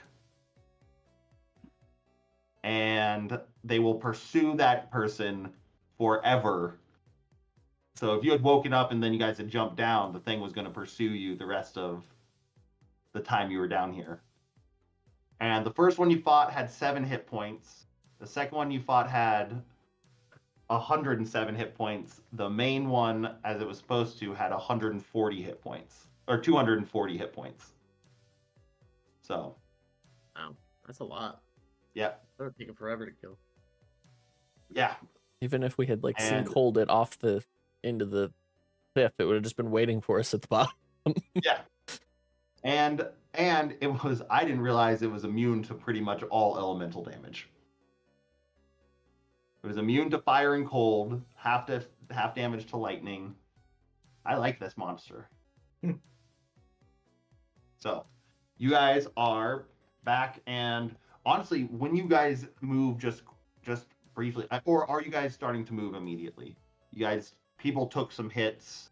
I would Might love need- a short rest to heal a little bit, Okay. but I'll keep moving if you guys want. I don't really care. Because Has you guys are very early into the day. It's probably only like 10 o'clock tops. has the alarm gone off for The alarm never went off, but you know, by the time you woke up, it probably only had like 30 minutes left on it Okay. because it only lasts 8 hours. Unless you set another alarm once you woke up. No. Okay. Yep. So, yeah. So you guys can take a short rest. Do whatever recovery you want to. Carrick, you can get your spells back. The others can get their hit dice. Roll your hit dice. Sick. What? Look at this. This is where you roll well. I'm at 69. Nice. Nice. Oh, Everyone. what a hit dice roll for the 4 health I was down. What did I use? 3? 1, 2, 3. Yeah.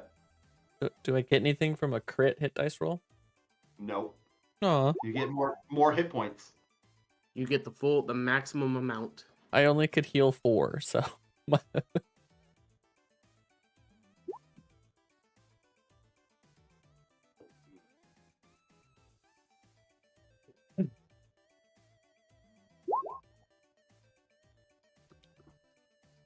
Funny, I did a lot more preparation for this session after the last one, where the entire time you guys were at that camp at the falls, I had to make up on the fly because I was too busy and didn't think. I thought you guys would have been fighting dinosaurs or stuck in a swamp for a while.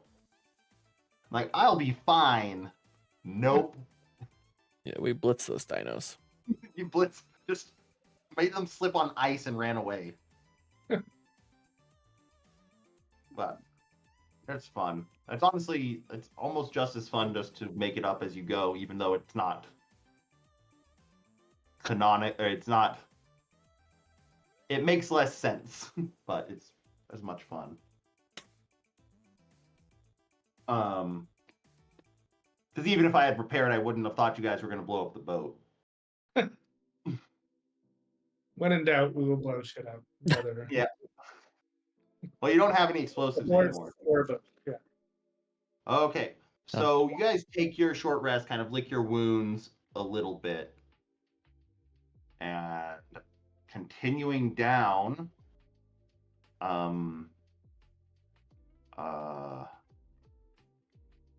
you are back to very similar Underdark caverns. So it's always like, yeah, you got to a part that was different and weird, but only that small part. Like, you almost wonder if the reason there wasn't a bottom or anything to that elevator is because wherever it was taken from, it just only took the part of the shaft and that ended up in another tunnel. But you do look. There's a gradual uphill and a gradual downhill, depending on which direction you want to go. Who knows if that You want to uphill? keep going down or up? We just came down. Might as well keep going down.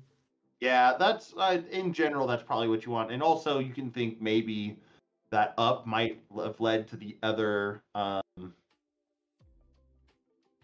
fork in the tunnel. Yeah. Well, Which, Should we do- speaking of, flip a coin, roll a d2, and to see something. I just want to feel some.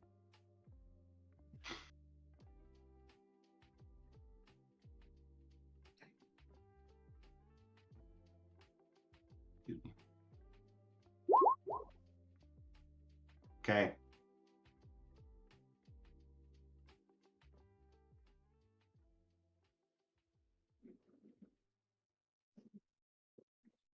Okay.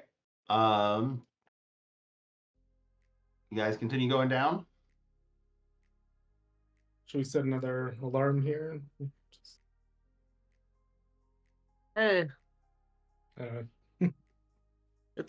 I can. or we could just graffiti like "fuck you, miners" and Kind of like past the alarm situation. It hasn't really worked to a point where I needed it, so I don't really feel like it's so. I don't Yeah, feel you- like putting it in You has know really. right now changed you're at anything. least 7 hours ahead of them. Or you're at least 8 hours ahead of them. Or you were this morning when you woke up, so. yeah, it's really just for sleeping, I guess, for long rests that we want. Yeah, that's Cool. Yep. So it's 10 o'clock. You guys keep moving along. Keep moving. Did you recover any spell slots, Carrick, or Yes. did you?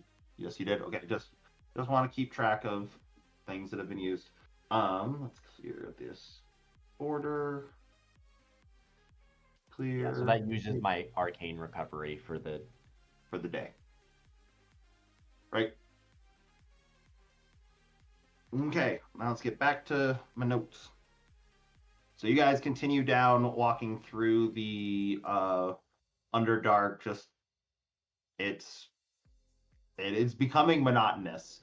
You are now have traveled between the couple days, 4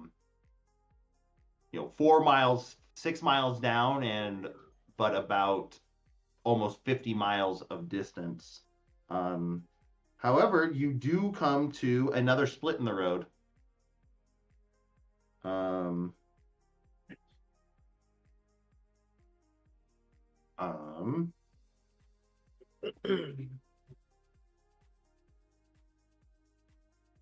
Yeah, there's just a general split. Both of these ones, though, are almost like it just goes straight. They look identical, whereas the other one had like a definite like, oh, we'll choose this one versus this one. This one just splits.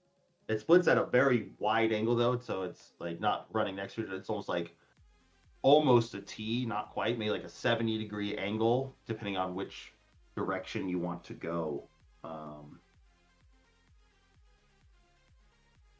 So you guys can sit and choose about which way you want to go. You're probably sitting, it's probably 3/4 of the way through your day as this split comes to.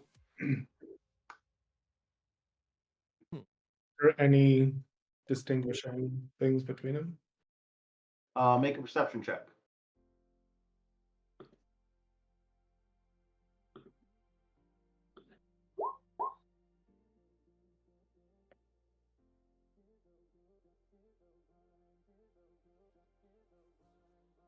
Um, 14. On the right one, you don't really notice anything distinguishing from on the left one, but on the right one, you do notice like like almost like a dusting of gold or silver, like some sort of like metallic shaving seem to start like seem to be like coated on some of the wall. Is either one a different temperature? Um, Don't we want to go towards like fire giant or whatever? So can we just go towards the warmer one if there is a warmer one? warmer one. I would say with a 14, you can't tell which one's warmer. You're still in a dark. Yeah, neither one feels cold, but neither one feels warm. So kind of the only thing you really glean is that the one on the right has a like dusting of goldish, silverish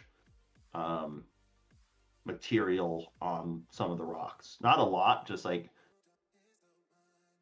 just that's the only discerning factor beyond the fact that they're just two caverns. So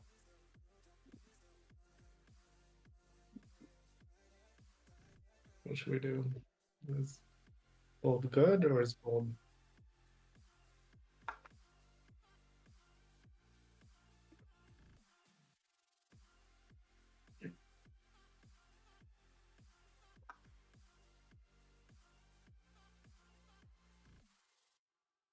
You just do eeny, meeny, miny, moe, the path. I mean, I don't know if anything with this gold is really matters, but yeah, that's no clue what if it matters or if it doesn't. It's just that's the kind of hint. So I don't know if you have any sort of divination spells to tell you which way to go. Oh yeah, right. Ancestor, consult the spirits. Okay. Well,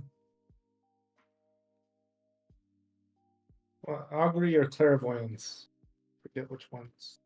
Clairvoyance gives like a sensor that you can watch or listen through. Augury would give you an actual like ask a question that I don't know if Fel has any thing that he can ask the gods for too. That kind of be those are the kind of your two options. Yeah, I got nothing really.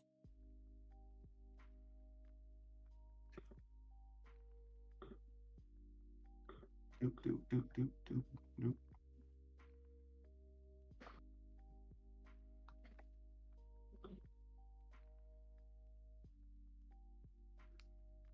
If not, I'll just do that. Augury.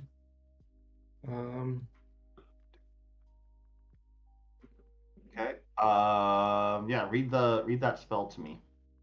You receive an omen from an otherworldly entity about the results of a course of action that you plan to take within the next 30 minutes. The DM chooses an omen from the omens table. Good, bad, good and bad, neither good nor bad. Okay. What's your question? Um, Probably should- can't be. It has to be like a specific course of action. So Right. it probably can't be just. Should we go right towards the gold, the gold way? So what? And the answers are wheel, woe, and woe and wheel. Yep. To that direction, you get woe and wheel.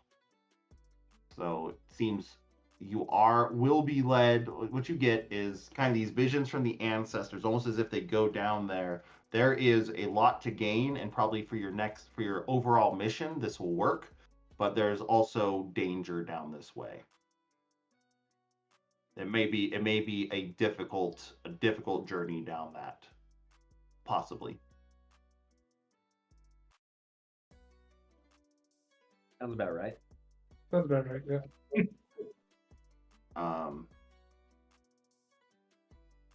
Yeah. So that is what the right gives you. That's the kind of the problem with augury, is a lot of times it's always woe and weal. It's at least not like you're going the wrong way. Like, yes, you would say that, like, this direction leads you to where you need to go, where you're hoping, what your overall goal is. This is okay. Okay, cool. Yep, let's go that way. Okay.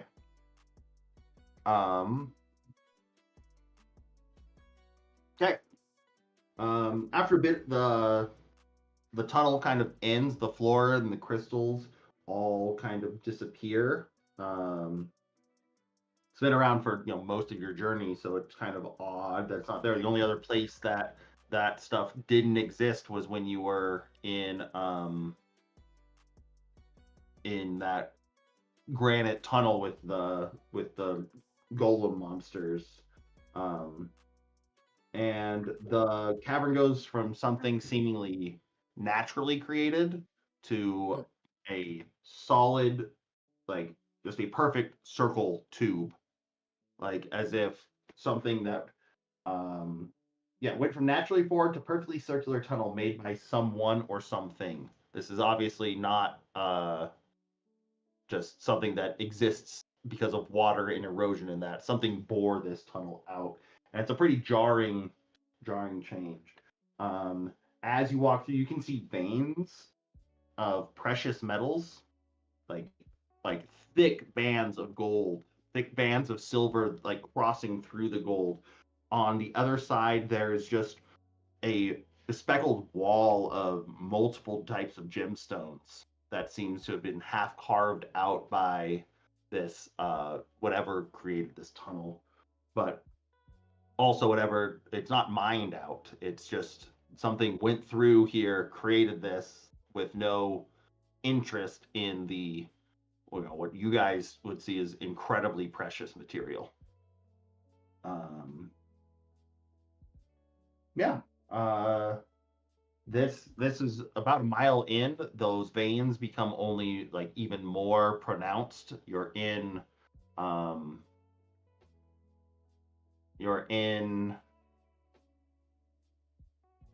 if anyone has an interest, you could make a history or arcana check about what this area makes you think of, because it's very apparent, no matter who you are, that you are no longer in the Underdark right now.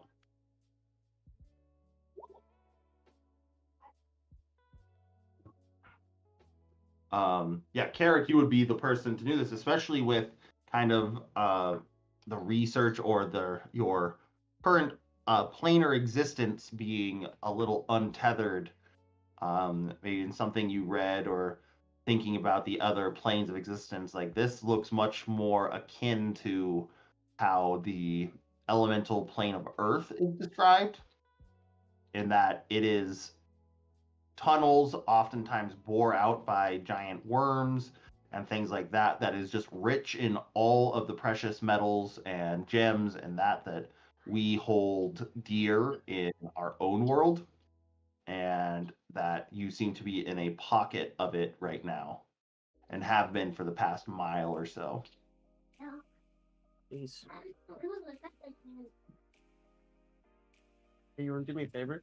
Yeah. You can go outside and get my Amazon package. Yeah. Thank you. That's where you're at right now, seemingly a pocket of the elemental plane of Earth.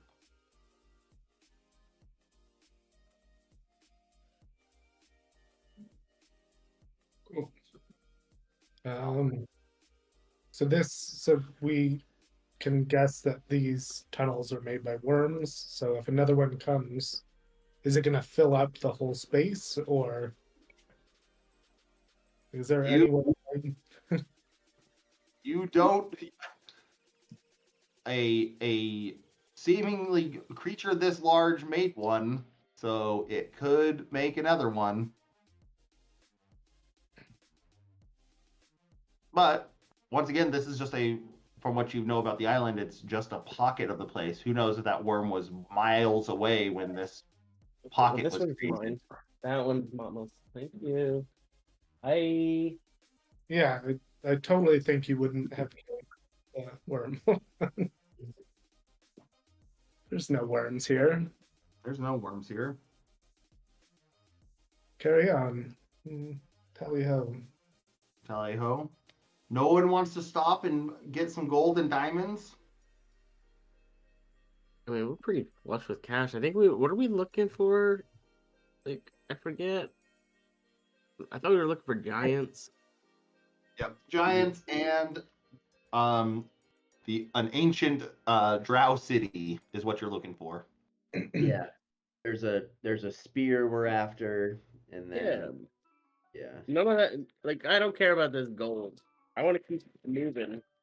I'll pick up any that's like loose on the ground. Yeah. Okay, There you make go. make an investigation check as you're walking through. Let's see how much you collect.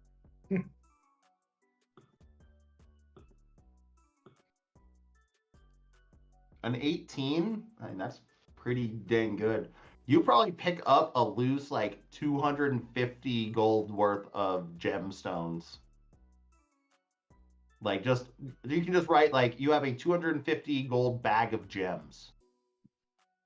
All of them like mild and they're not like cut or that. It's just loose rocks that are probably worth about 250 gold.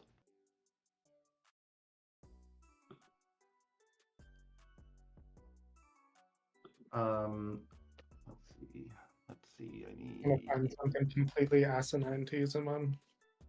Like throw them at. You would know like none of these would be like the biggest one might be like a 25 gold gem for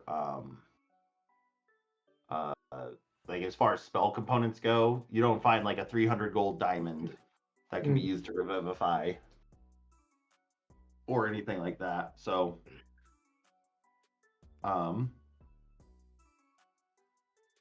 what you do find is hold on. Okay. Make what's everyone's passive perception as you move through? I always forget. I guess I can press this button. 15. I think mine's 14 or 15. There's everyone's is 16. Felix's yours is 16. Is it? Oh, You- 16. Oh. Lordy. That die can't be used anymore.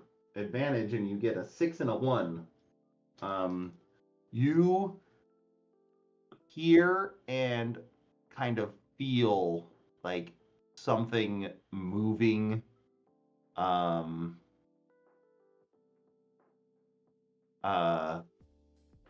underneath you and behind you as if kind of following at a distance, but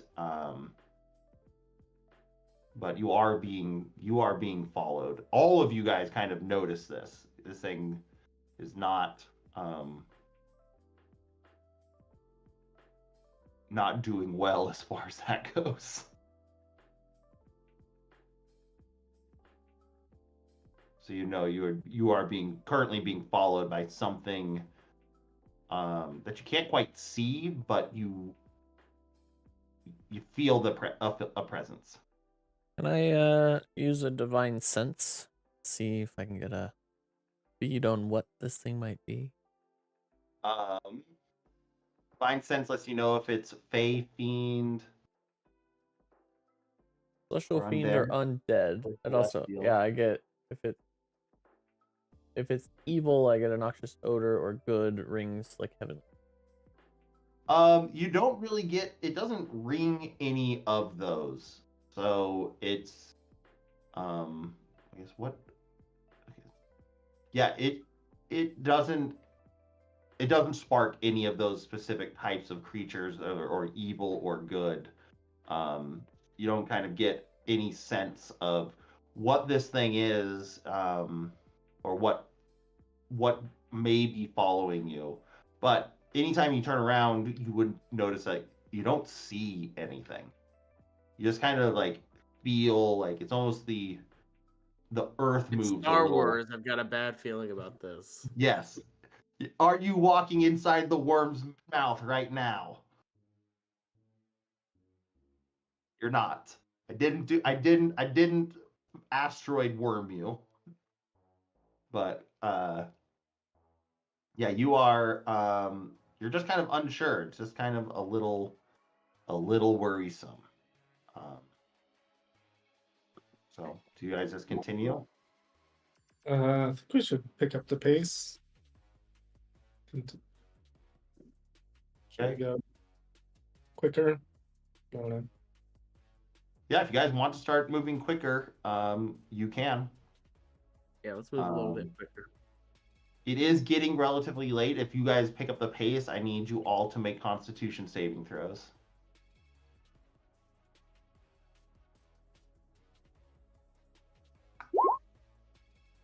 Constitution is such ass. Oh, woof. Yowzers. The DC was only 10 dudes.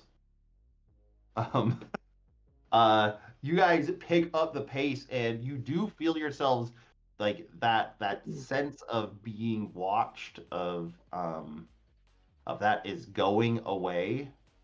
Almost as if whatever it was lost interest as you picked up the pace, and it wasn't, totally worth its well, yeah, if you guys picked up the pace, you would have outrun it no matter what.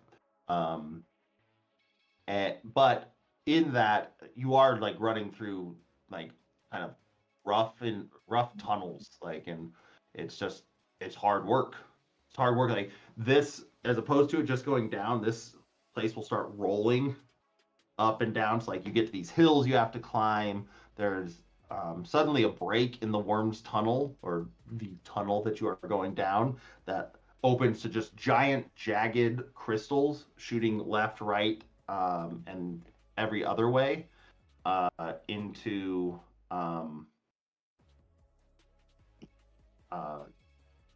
that then goes back down into this small tunnel that you can go through.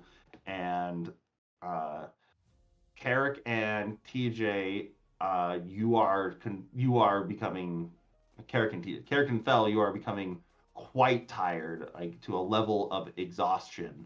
Just Carrick because you're not a very athletic person, and Fell because you're wearing plate armor and running for 4 miles. A lot of extra work.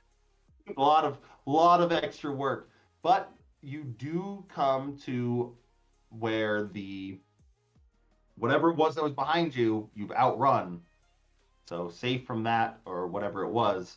But you also come to where you're back into a blank, like back into the Underdark. You see the glowing crystals again. You see the mushroom caps. Some waters going through. You see like small weird fish going through these streams, and a big pool of some algae that's bioluminescent. And you're back to out of whatever part of the elemental plane of Earth that appeared here under this way fucked up island. The more you've explored this place, this island is every single universe just mashed into one for some reason. But probably sitting about 4 o'clock. You probably can get another 2 more hours of travel. in your day, and assuming you want to, but that would put definitely you feel put yourselves even, especially since you ran that last part even further ahead of wherever your pursuers might be. But up to you how much longer you want to travel. I mean, I guess up until when the next levels of exhaustion will come. Yeah, you would say probably another 2 hours of travel you would do before you have to roll more. Sure. Okay. So moving forward to those 2 more hours, you get to a point where what would be evening leads you to a giant cavern. Unique in that there's a glow to it, not the blue glow that you've seen, but it's now like a purple, and in a lot of cases almost a like regular, almost sunlight, glowing across different. There are patches of blue, like dots of blue throughout this cavern, but you see, yeah, in the distance you see blue bubbles of light and what looks like, the weirdest part, the remains of buildings that must have at one point towered hundreds of stories into the sky. But now mostly rendered to about 3 to 5. There's one off in the distance, maybe about a mile and a half out, that probably is about 7 stories, 8 stories tall. But it seems like parts of them had fallen off and are just gone, or they had collapsed in on themselves. But it is very much looks like as if you were in Zadash, but on a much grander scale. The architecture is very, very brutalist, very straight lines, straight edges, and the buildings don't seem to be made of wood and stone as you are used to in your cities, but almost of like formed metal, with very lined up windows and doors. Most of the windows blown out completely, but you're on a road that has cracks, and that like this feels like you are in some city that had some sort of calamitous thing happen to it. Although what does strike you as familiar with the lights that you see, the purplish lights, the yellowish lights, the that you haven't quite seen what's creating these blue bubbles of light, is it does remind you of a small area you had seen underneath what is now Spud's farmland, where there was an ancient magical device that created a lot of the uh, small bits of architecture that you saw there, as well as the lights and technology, is the only way that I can put it here, seems very familiar. So Cool. but you are hitting I think we've found the city.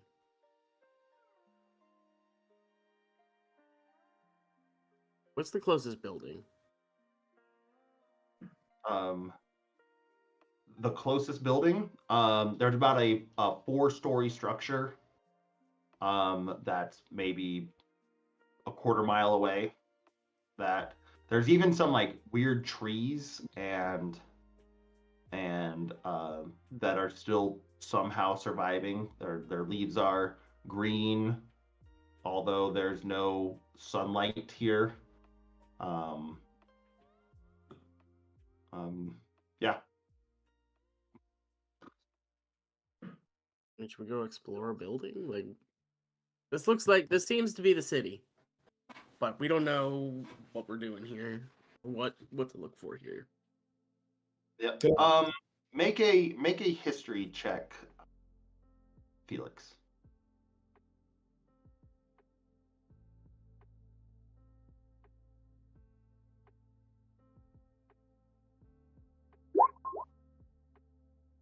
10.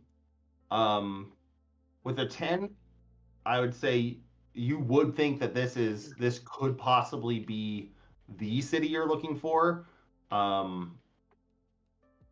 But it's definitely a city. Your only question to pause is that it doesn't feel very Underdarkish, as you've been told. But you do remember that the name of the city was the Garrison Acropolis that you're looking for. So that's where you're at. So investigating is definitely something you think you should do.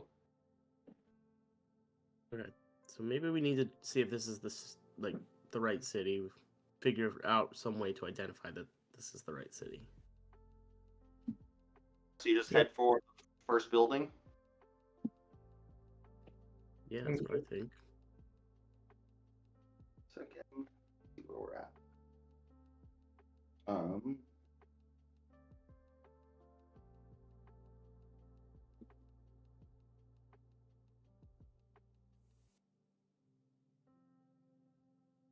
So the first building that you come to, this kind of half beaten down 3-4 story tall building, the bottom level of it looks like it at one point was possibly a cafe. As you go through, as like a bakery or something, you see kind of a display case that's shattered, where people would have been for lining up. There's strewn tables against the wall. Things are dusty and dirty, but weirdly preserved for how it looks.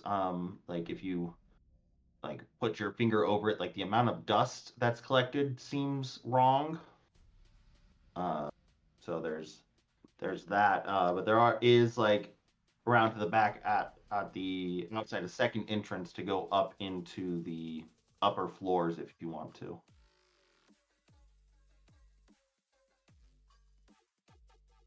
Yeah, You're definitely elevation. hitting the end of evening, so or the beginning of later evening. So I think we might want to take a rest. So maybe we go up and camp out here and do some investigation in the morning. Sounds good. Yeah, we could see what's to be seen from the upper levels of a building. So you guys go, and it sure enough does lead into like what we would think is like an apartment complex, but it seems much more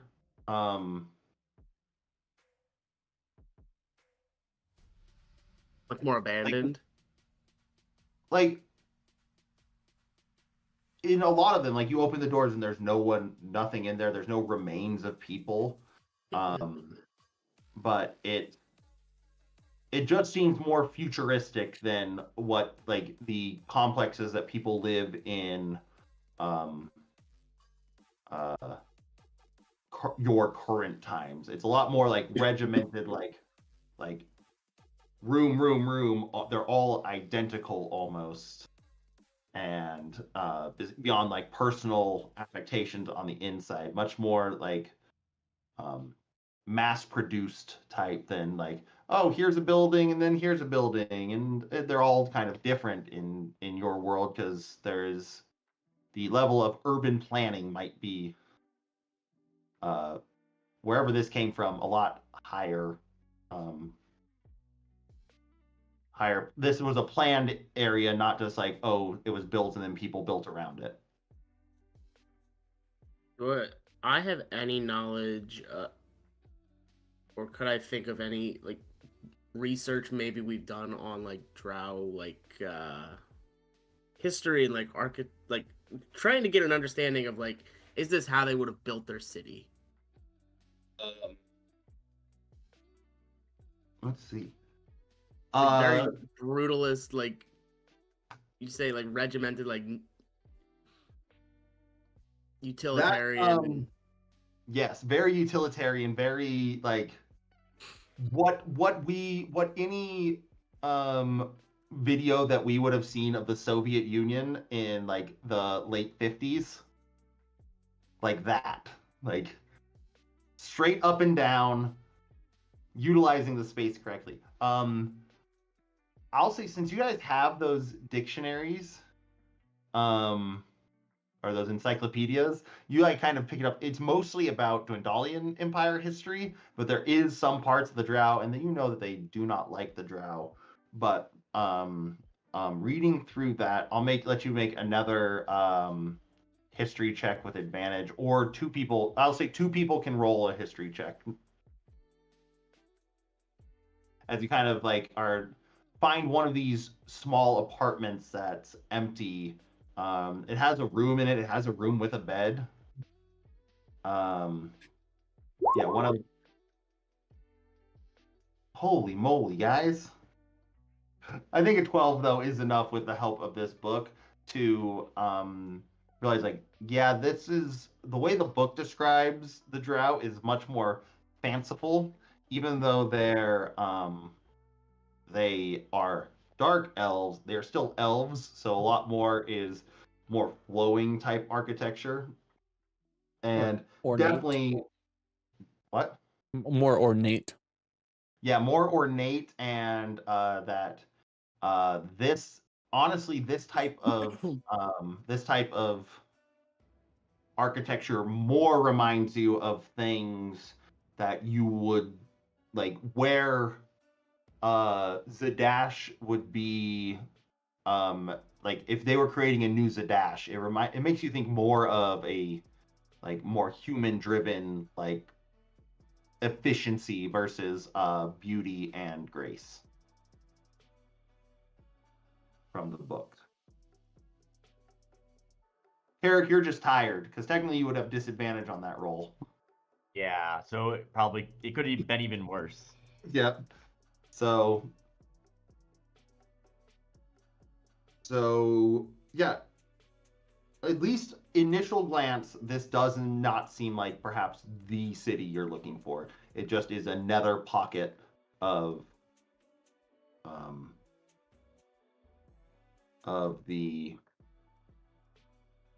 this weird island. But you are in a situation where you need to rest at this point. Is there any other investigation you want to do in this building before you guys bed down, or have? It is just an empty city that you don't see people in. At least you haven't run into like any even corpses or things like that. There's just these blue bubbles that you haven't quite run into one close enough to see that are down in the streets, but there is,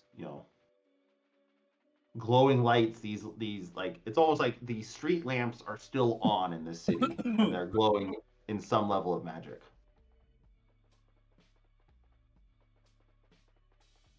So. Well, let's take a rest. Okay. Let's see.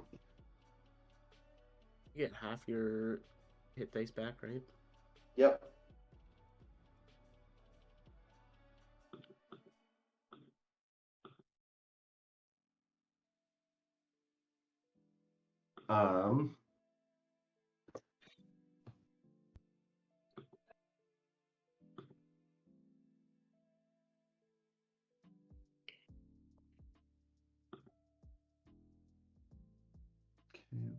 Okay.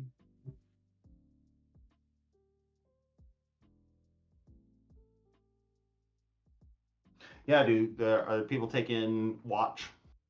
Yep. Same watch. Yep. Same watch. Carrick, are you going to take watch? I would say, Carrick, you taking a watch in this capacity you'd still be exhausted for your watch. So. Don't do that. No. Just So. do what that aren't exhausted. Take watch, right? I mean, if I do my watch second. I guess that could work. Yeah, that works. Damn elves. Mhm. Damn elves only needing to sleep for 4 hours. Mhm. the new parent of races in D&D.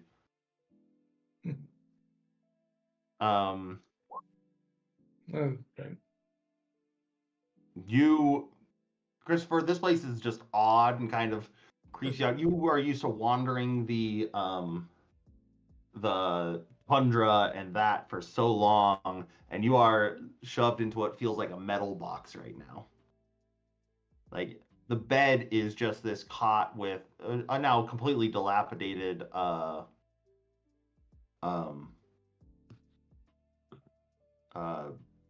cushion on it, but it just doesn't look comfortable. It doesn't look nice. Like going out, like this artificial light is beaming everywhere. It just doesn't feel correct to you.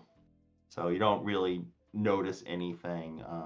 Who takes Carrick? You can go ahead and take the second watch.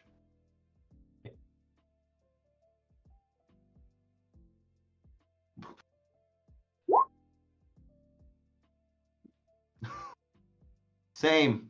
You haven't quite kicked off the exhaustion and are just a little tired. So you kind of doze off during times. You get a little distracted by looking against the walls, and like there's a small library, and like the books though kind of crumble as you open them as if they've been buried for a wild amount of time. It's preserved everything's preserved, it seems, until you touch it, and then it kind of crumbles. So although what is your passive investigation? That's the thing, right? You don't get anything from this watch, but you're looking around this room, you kind of might see something.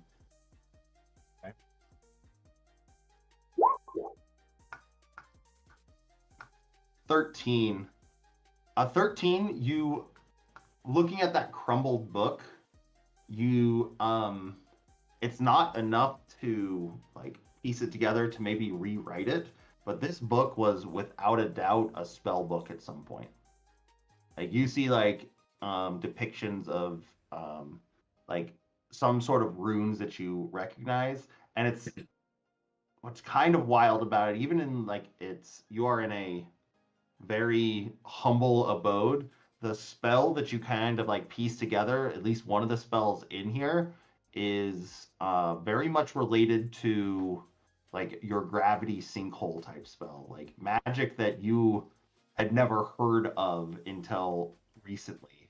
Like, so high level advanced magic even in this humble little home. So it's just kind of piques your interest that while this place is a little old and dilapidated, there still could be quite a bounty to find here if time was spent.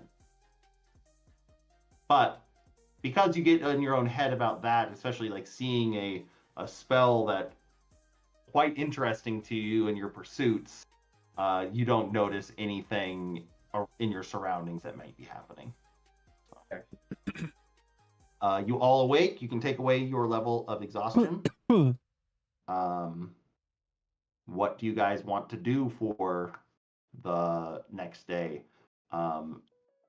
You're probably going to have to explore the city for a bit to find wherever, hopefully, there's an exit to this cavern. But that's kind of where you're at. What are your plans for the day? Do we recognize any of the languages on the books?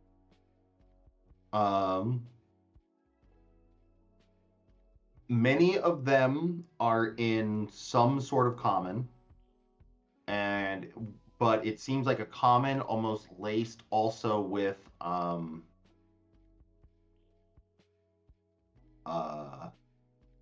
does anyone speak Draconic? I do. Yes, so this language, like using both of those languages together, you can kind of piece it together, but it's definitely not in any language you had seen before. So it's like it'd be like reading Spanish at a first grade level and you're reading Les Mis. So you can get patches and things with that, but does anyone else seek Draconic? So, Carrick, you're the only one that can really read any of this. But and a lot of the books, like I said, just like kind of crumble or they're well preserved until you start touching them.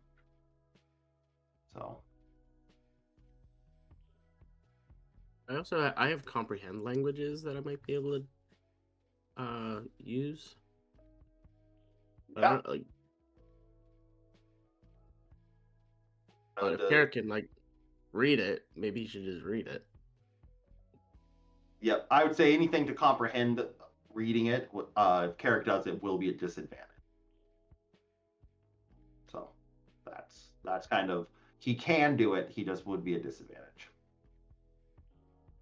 Okay, then I would like to comprehend languages. Okay. Your eyes kind of flash, and sure enough, you can read everything exactly now. And looking through some of these books and the titles, it's like a one of them says like "To the Skies," Aor's history in flight. Is one of the books. Another of these books is practical uses of gravitational magic. Is it on another one? I'm gonna keep that one for Carrick to transcribe into common later. Yeah, as you pull that book off, make a dexterity check, because like I said, these things get very brittle once disturbed. Okay. Dexterity. Oh my god, I'll never roll above a 12 today. Above a 10. That's like, look at this. 10, 12, 10, 9, 9, 13, 10. It's to make up for last time. This is insanity. Yeah, so the book, as you turn a page, it's almost like it starts falling apart. It's brittle, it's whatever this paper was not kept, almost like it got like wet and mildewed, and the leather was treated very well on the outside, but the actual paper is just ruined. However, since you did that and pulled that out, you do see a small tube behind this book. All right, I'm gonna pull the tube out. Hey, real quick. So this book is ruined, essentially. Yes, I'm asking. this book is ruined. Okay, I want to make sure. Okay, I pull out the tube. The tube, it's a metal tube about that big around. You have seen plenty of tubes kind of like this. Reminds you of something you would spend put a spell scroll into. In fact, you have one very similar to it, holding the spell scroll to return to Yusa's tower. Sorry, say that one more time. It is a spell scroll tube. Giving it like a little like movement, you hear something inside of it shifting. All right, I'm gonna open that tube up and pull out whatever scroll is in there. Hey, this is temperature controlled. No moisture got to it. This is what spell tubes are for. You have no fucking clue what spell this could be. Your magic is innate. It is not learned. This is in a very. This seems well above your magical ability right now. I'm going to hand it to Carrick and say, I cannot read this. I don't know if you can, but this definitely looks like a spell. Carrick, you can make a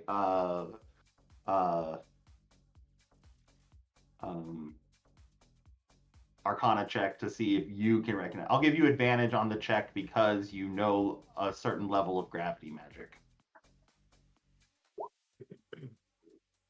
Oh, natural 20. Your senses are completely peaked. Depending on how well you rolled, you got 2 different spells on this. So you read this, and you can't totally comprehend, like, there's a title of the spell. You do notice that it is gravity level magic, but the let's see, let me just do it into a real person language. Or 1 second.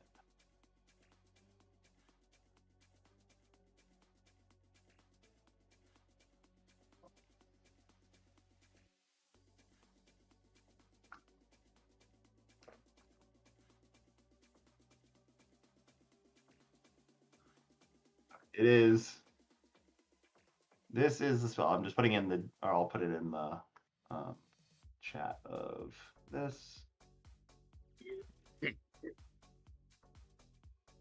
Oh, yeah.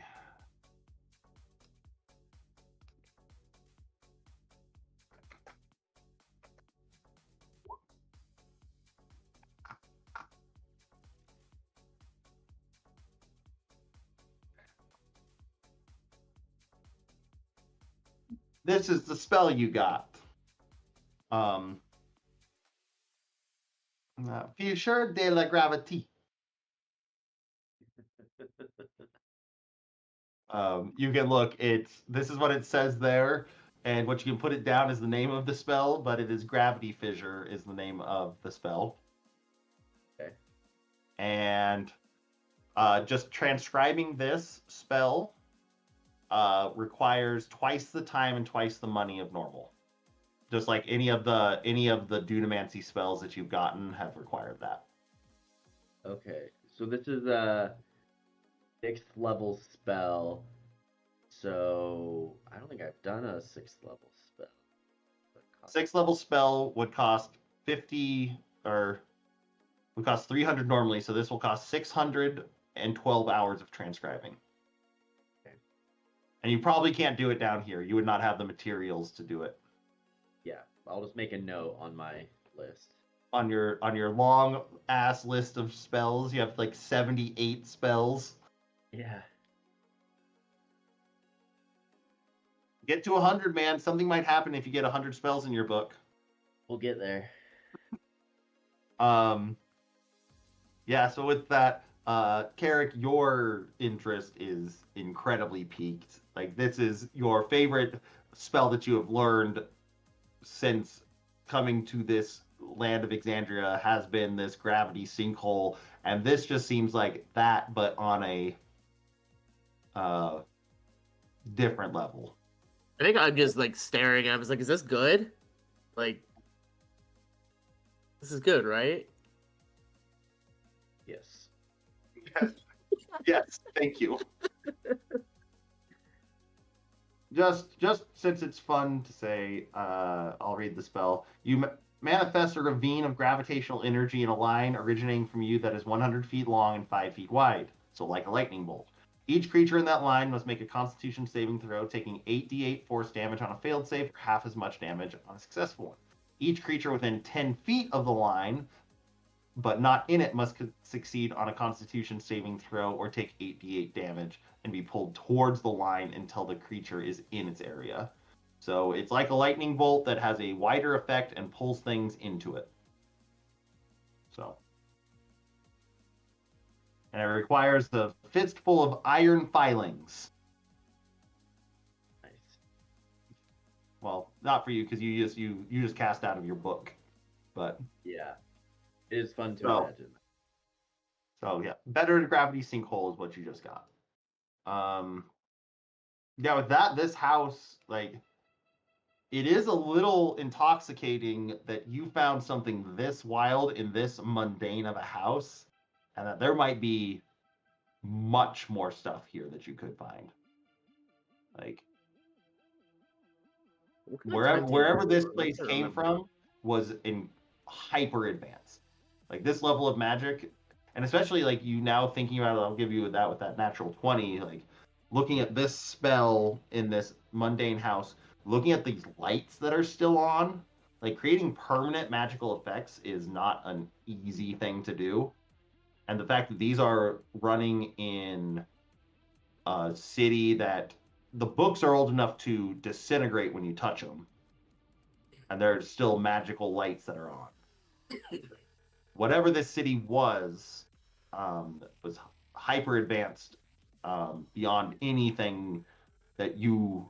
The only thing that kind of compares, and actually compares quite a bit, is the the illusion generation machine at the bottom underneath Spud's farm that could make illusions real. So you don't know if it's from the same place, but it might be from the same time. So whatever this, 3 mile square city probably has a trove of interesting finds for someone like you.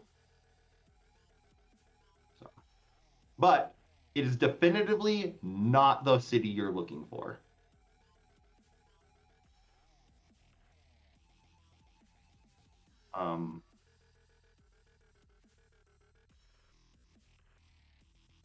Okay, what do you guys do from here?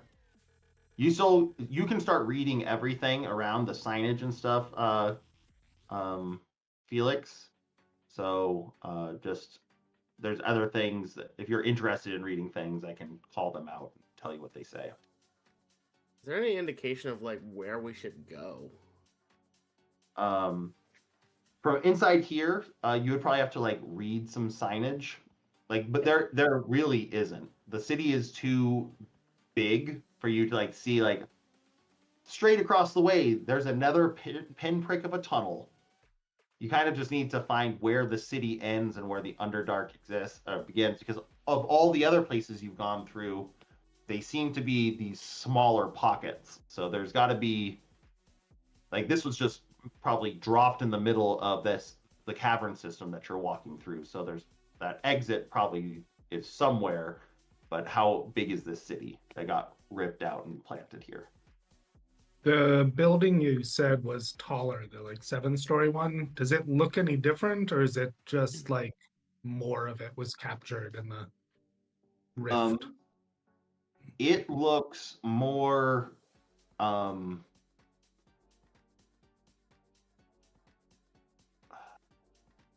I would say make a perception check as you look towards it.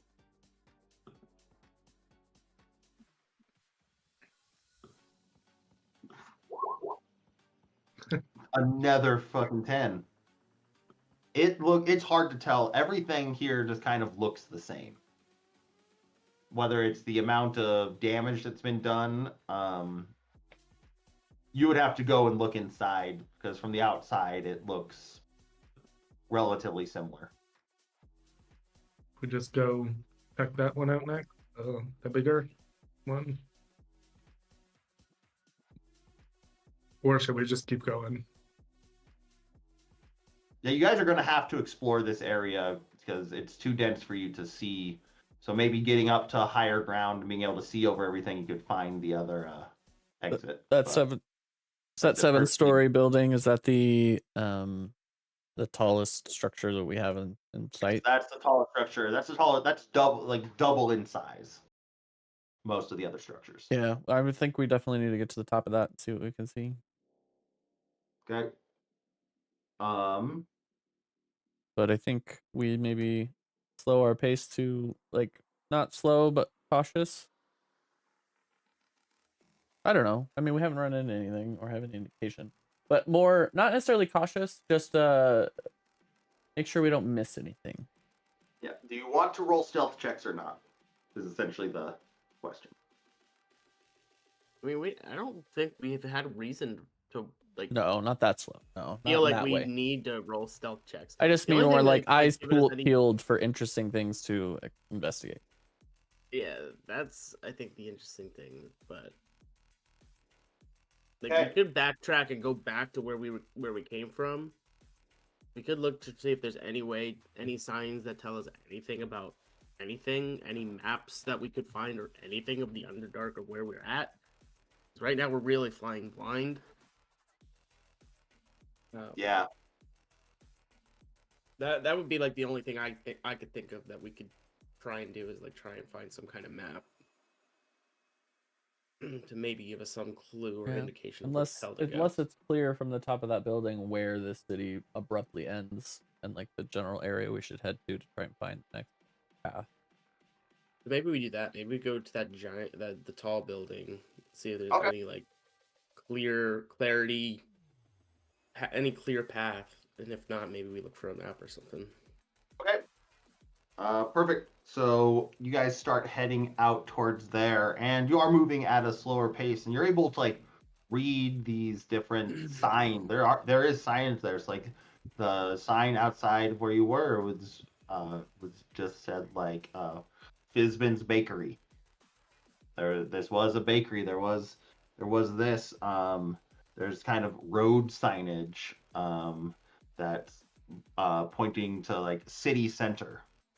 Is like kind of on the main road that you're going towards, and you see there's a road and it is lined with these trees that are still green, still like alive and seemingly well, at least from a distance.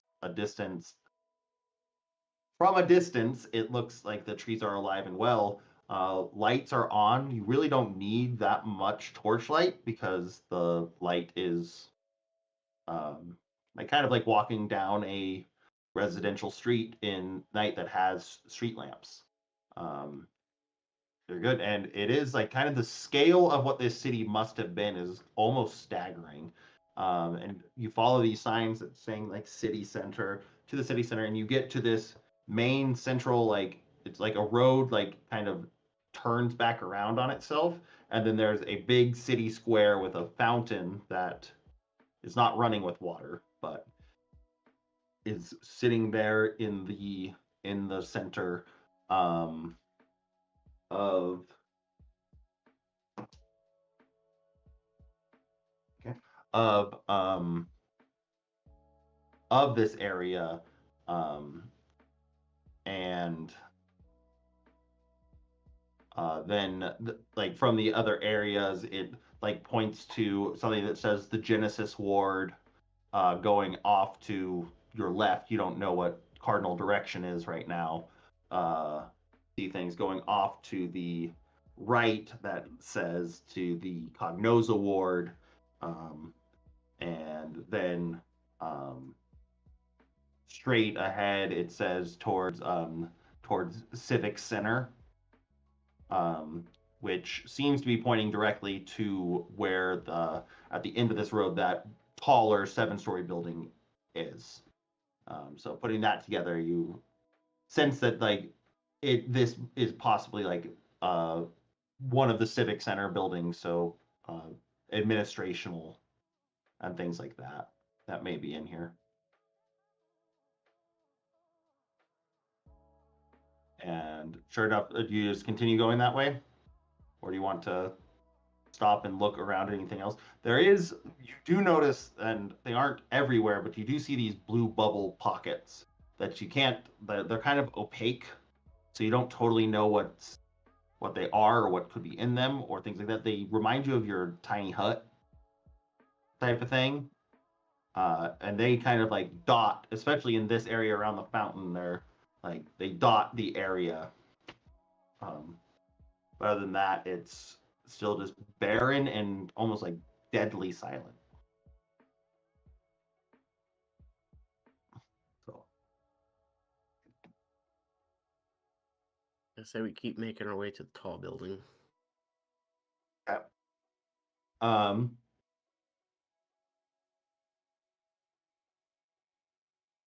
you get to the tall building and looking straight up from it. Now that you're closer, and this building at 7 stories tall probably was infinitely higher. Boom. Infinitely taller than this. at whatever time, and what you see across the center of it is a signage, as you can still read. How long does that spell last?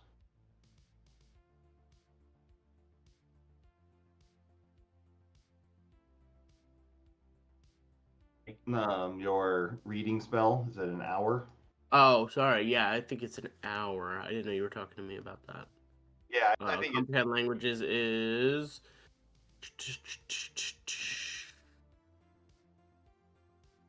Oh yeah, 1 hour. Okay. Yeah. So 1 hour in, you're still plenty of time. Like, you think probably you have, like, as you're cautiously moving through this city, probably you still have 40, or no, probably 15, 20 minutes left on your spell. But across it, in just like very like utilitarian block letters, it says Aor City Hall. Or no, it says Aor Board of Government. There. If nothing else, I think we can find a map in here. Hopefully. Yeah. Although Aor does spark something in your brain, you would know this just intrinsically. Aor was one of the flying cities that used to exist above Exandria back in over 800 years ago, and apparently was struck down by the gods in an act of hubris, where they tried to defy the gods to a point where they would created something called the God Hammer, and were struck down in the middle of the calamity.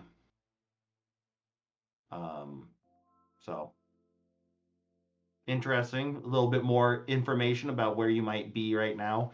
But you go into the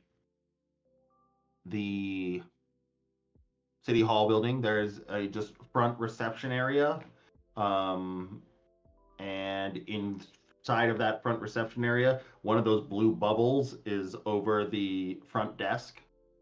But it is a building that you can see a stairwell over to the back right. It's a large like sitting area, and um,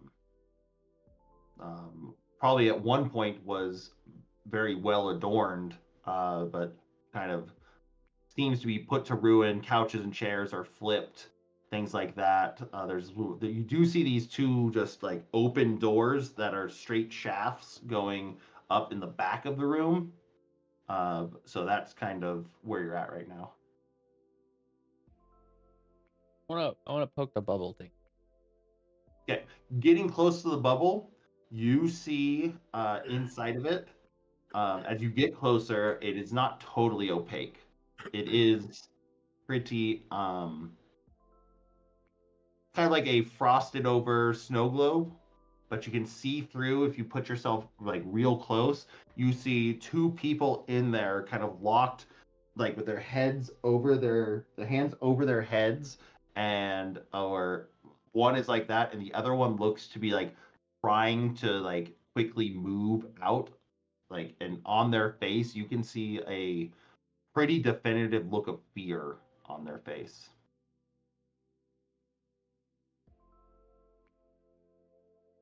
But if you touch the bubble, are you going to touch the bubble?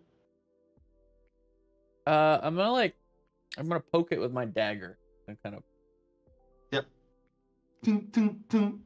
It's like hitting a metal sphere. All right. I guess I'll throw dispel magic on it. At what level? Mm,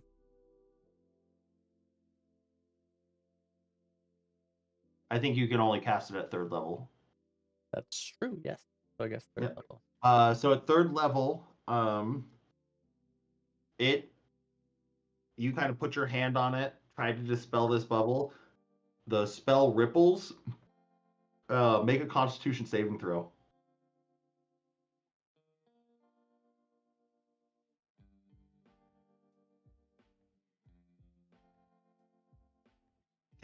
you pass this and you feel like immediately like reverberating back towards the point at which you cast that spell against it.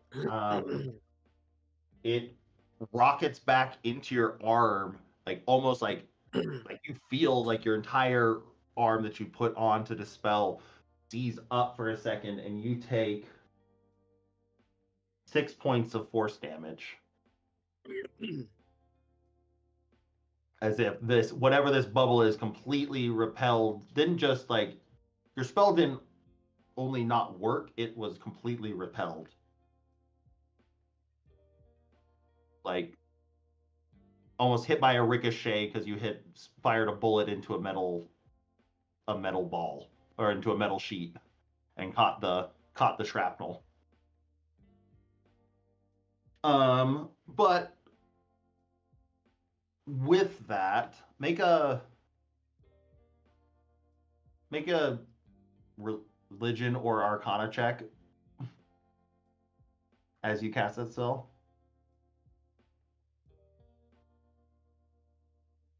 Nah, that don't fuck with these things.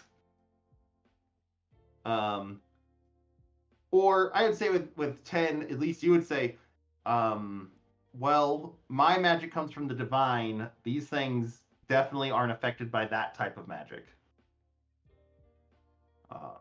That's probably what you would get with a religion check.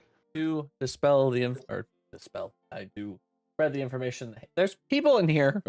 There's people in this thing.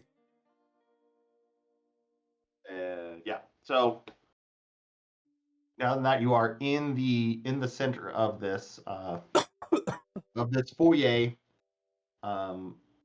fireworks. Yeah, it's funny. Like I left it on, so I just clicked and it exploded. Yeah. So there are people in that thing. They seem preserved, and that who knows what happens if the bubble goes down, but that's what you can at least assume most of these bubbles are like.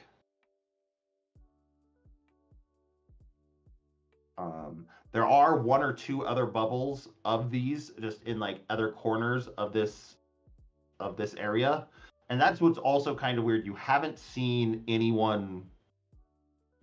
body anywhere, or the city's just empty. Like these are the first creatures you've seen here.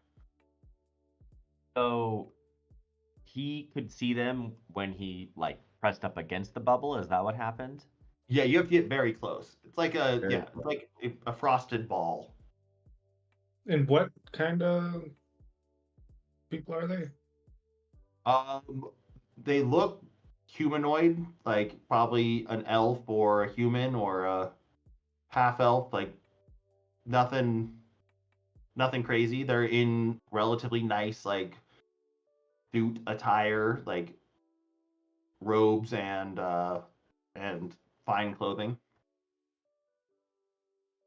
They have little name tags on them that you can't read through the glaze.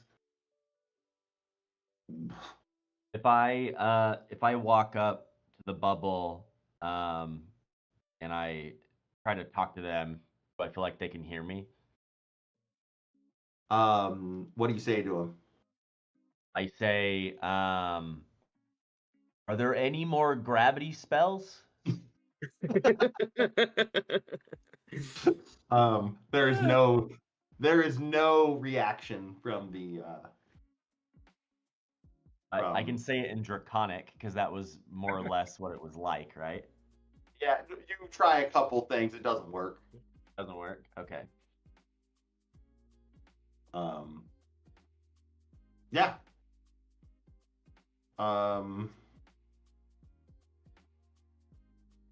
There's not a lot else to see in this room. It's like, think of like when you went to the King's Hall in the front sitting room of that. It's like that, but just at a more oppressive, grander scale. However, there are it looks like a crumbling stairwell and two open doors in the back.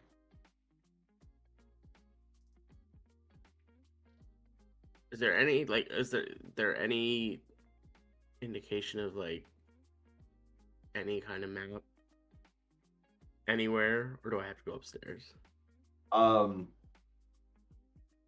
What you do see over, like you walk over toward these stairs, would be you do find a directory. Okay. Reading the directory, it says, you know, like lobby, then second floor is city planning, third floor is security, fourth floor is and this directory is huge. It says like 4th through 5th is some other thing that would be at a city hall. Sanitation. What's at a city hall? Sanitation. Parks and recreation. And it goes up to where, like, it goes up to floor like 67. Weird number of stories for a building, but it goes up to that, and it's all seemingly like some level of civic duty. There's like a few stories that are a newspaper, like it's Aeorian Times and News. Takes up a part of this building. Security actually takes up about 3 floors towards the lower part. So of the 7 floors you would be able to get to, it would be city planning, security would take up 2. So 1, 2, 3. And then just general administration would take up like the top 3. Okay. I would love to go to the city planning floor and look for a map of the city, of the area, of the Underdark, wherever. You're probably hopeful wishing for something of the Underdark here, but you could definitely think that would be where you would find map of the city and just kind of where things would be. So yes. Okay. So you go up to the second floor. Is everyone going to the second floor? Or do people want to split up? Go to. Because there's administration and security would be the other 2 places you could go. Thel's interest is piqued by security. I may head up further. I think we should now go to security, split up. Okay. Well, maybe we'll go in a minute. We'll all go together to play. Okay, so you go to city planning first. Yes, it's first floor versus second floor.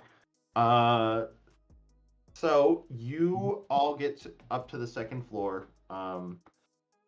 Actually, you can't get up to the second floor. The stairwell is completely shattered, crumbled. That you could scramble your way up. But there is these open doors next to you that have buttons on them.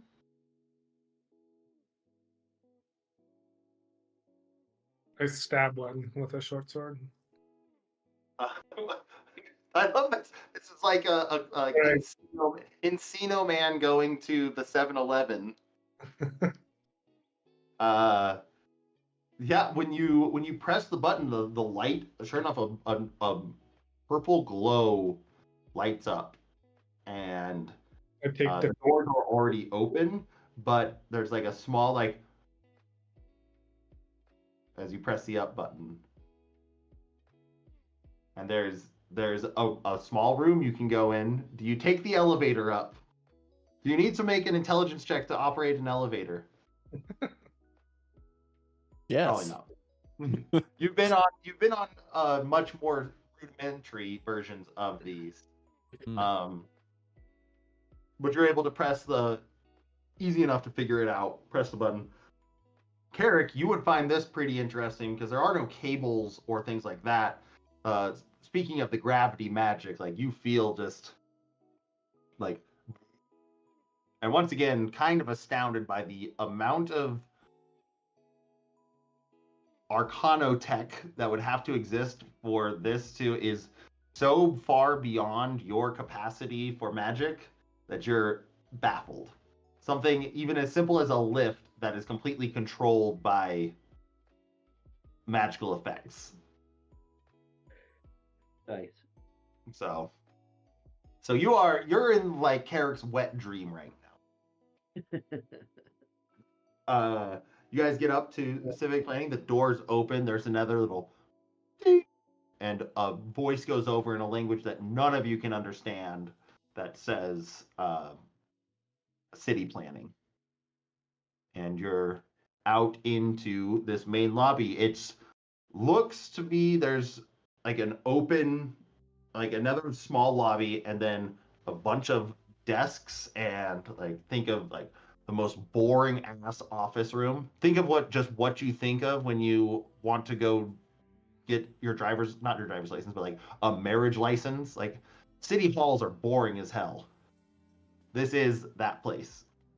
But it does have some offices, it seems, back on different sides.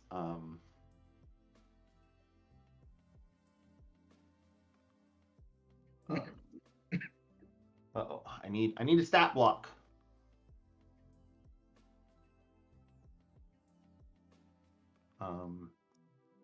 I know that's not going to be enough. No. As you guys kind of slowly move in, and as we said, this place has been deathly silent. There's a small. You hear like a little, like a little like high pitched squeal, and the tiniest. I think what was the perceptions again? Both Christopher and Felix, you hear this little squeak and little pitter patter of footsteps, and just the slightest closing of a door off to your left.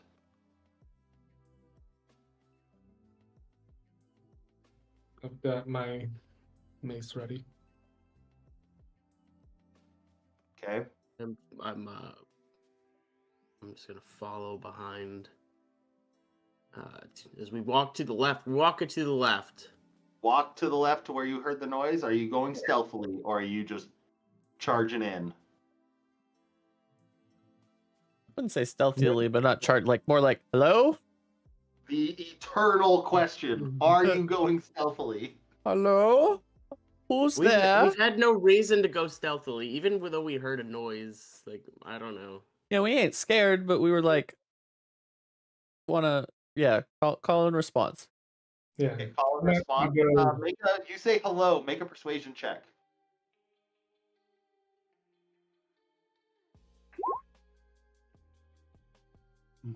Okay. You say. You hear just slightly, like you hear the door unlatch a tiny bit. You go. Then it closes. Go away. Closes again.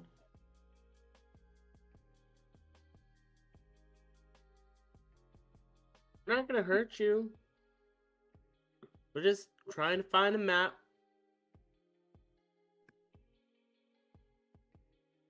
They open the door. Promise? You don't sound like someone I want to hurt. Make another persuasion check or intimidation, however you want to. Or is this deception? You do want to hurt them.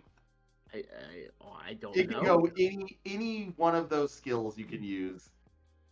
I'll do persuasion. Yeah, it's persuasion or deception. That's probably the 23. They go. Yeah. Huh? You have food? We always have food. Lucky. Want some food? Rick. Christopher, what you got? Throw something out. We'll maybe help you out. We have maps. We have food. Great. And each time that this happens, they're closing and opening the door. Why don't Christopher? Why don't you make something and just like hold it out? Yeah. What suits your fancy? What do you like to eat? Food? Do you like root Make anything. vegetables with Just make licorice anything. sauce? There you go. Make that. Making root vegetables with licorice moss. Wild, just like they look at him like, and they taste like, ooh, yes. And I'll give anyone, the first person to say what do you think these creatures are and is correct gets inspiration. Because this is a voice I've done for these types of creatures every time. Kobolds. Is this a- Yep. Yep. Fel, you can take inspiration. You have advantage on any roll you want to use it on. You Nice. see small, like, plunked down, like, you can't totally see them over some of these cubicle walls and that, but you see the door open. You see just a small little tail and just like the little pricks of like dog-like ears go over as they take your root vegetables with licorice moss and just oh, trust you, but maybe keep your distance. We're just scouts. We're just scouts for the big man downstairs. For Down the the tunnels. for the who? Man. Does see. he have something like this fire there? Like, is he fiery? No. We don't like the fiery guys. We kind of hide from them. They find their ways into our tunnels sometimes, but not all the time. No, he's more of a, like, you see, like, you're far away from each other, like, talking. You now see it is two. There's one kobold that's doing the talking, has like this backpack on, like looks like a little spelunker, like has a little helmet on with his ears cut out with a small like handle on the front of it, and then also just another just regular ass kobold that's just being silent. He goes, What Scarf. scouting out? What you looking for? Hmm? What you looking for? Gems, maybe? Gems, clothing, just stuff to make our home nicer for the big man. Okay, I'd toss him the 25 gold piece gem. The bag of gems. Yeah, just one of them. Maybe Oh, two. just one? Two? Yeah. Okay. He looks at it, he's like, big guy will like this. All right. So listen, we just need we're passing through. We just want to know. We're trying to avoid any danger. So is this big man gonna be a danger to us? And if you help big man out, he helps you, protects you. Just don't get him too mad, because his weird eye does some weird stuff. Sometimes it makes your body hurt. Can you draw us a little picture of big man? He like looks at like some dust, and he's like, you stay there. I don't friends, but not good friends. Runs over, like draws a stick figure and then a big head with one giant eye and one small eye. Like looks like that. Do magic. How well connected are all you kobolds? Like, one's way down here. Like, I know my 30 brothers and sisters. okay. We were friends with a guy named Vugs. He was pretty great. Bugs, that's a good kobold name. Yeah. I'm Scarf. Scarf. Nice. Like, I get that name because I eat fast. That makes sense. I saw you barely took a breath while you were eating that root vegetable. I mean, sometimes you have to eat food when it's not that good. Oh, I'm hurt. You gave him a raw potato with licorice on top. I'm taking 1 point of psychic damage from this. Anybody insults my cooking, I'm taking 1 point of Just psychic. you drop your hammer on the ground with the chains like dramatically like clanking as you drop it.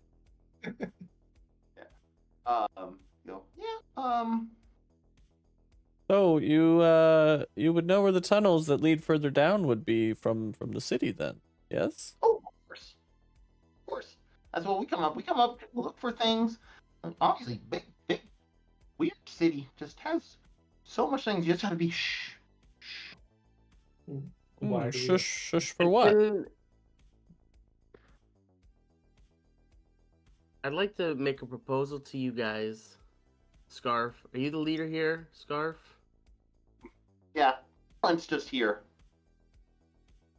Scarf and Silent. Really original names. We'd like you to take us, or make us a map. And if you make us a map, or I would actually prefer you to take us, like guide us. We can do that. Help us We'll find make something. you a grand feast at the end of it. Man will like that. Do we have to go to the big man or not to get to the city with? Do you know what the city with the elves are? No, the city where giants are. That'll work. Yeah, the big man doesn't like them. And I think I know where it is. They come in, sometimes they come into our cavern. I think we know where it comes from, but show up in the middle of the night is very weird. But I think we can have a deal. But first you need to help us here. We need to find something for Big Man. You Big looking for man anything? He just likes trinkets and treasures. I'll just jingle the rest of the 200 gold bag of gems, if that seems suitable. Gems, easy. We go back up the line. We can scramble some out of tunnels there. He wants things from this city. I got books. Books work. Show me the book. I give him the book that's been decimated. Throws it over his shoulder. Work, but help us just loot this area a bit, and then we show you as a thank you for your food. All right. Okay. It's either we help these dudes out, or we're on our own. I mean, because we could very easily just kill you guys, and you know. They like skitter back a little bit. Like, I just like don't- start kind of like sparkling a little fire in my hand. Like, you kill us here, we don't bring things back for Big Man. He probably kills us too. So, I guess we up shit creek. So you help us out. Altruism. Well, I mean, I like the kobolds. The kobolds have done nothing but be cool to you two.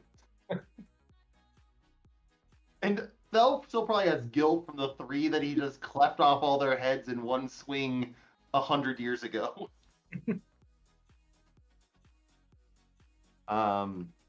So if we find something for Big Man, no hurt. Yes. No hurt you, no hurt us. Yeah. You guys might want you help. We help. Later. We help you. You help us. Help. Help. Yeah. Did we get any sense of what Big Man was from their stick figure, or you have no idea? He's a big guy with one big eyeball and one small eyeball. You can make a nature check at disadvantage to try to figure out what that could possibly be. Feeling good. Barring a natural 20, you do not know what this is. I'm feeling good about a double natural 20. Nope, you have no clue. This was a stick man with one big eye and one little eye.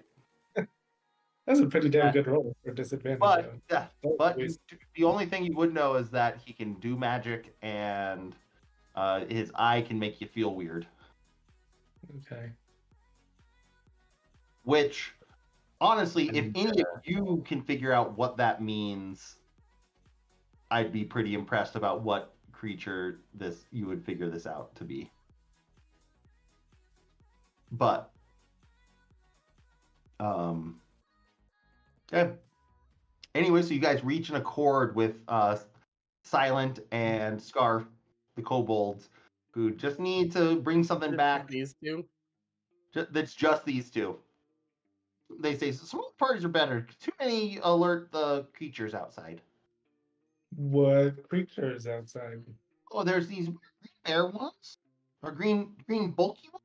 There's one that makes laughing sounds, and then there's my least favorite. The fast dogs with eyeballs for tails. Okay. So why big man sends us up here? We're small and sneaky and don't alert them. Although Silent's brother Loud, he got eaten. Well, maybe his name was Loud. Like pretty good indicator that he wasn't very good at sneaking. Yeah, that's why Silent has his name now. Mm. Yeah, so you guys reach your accord to help them find something in this city to bring back to Big Man, and they will lead you to the exit. And it's 2:00, so I think that's good. You made it through a lot of the weird Underdark. Not really the Underdark.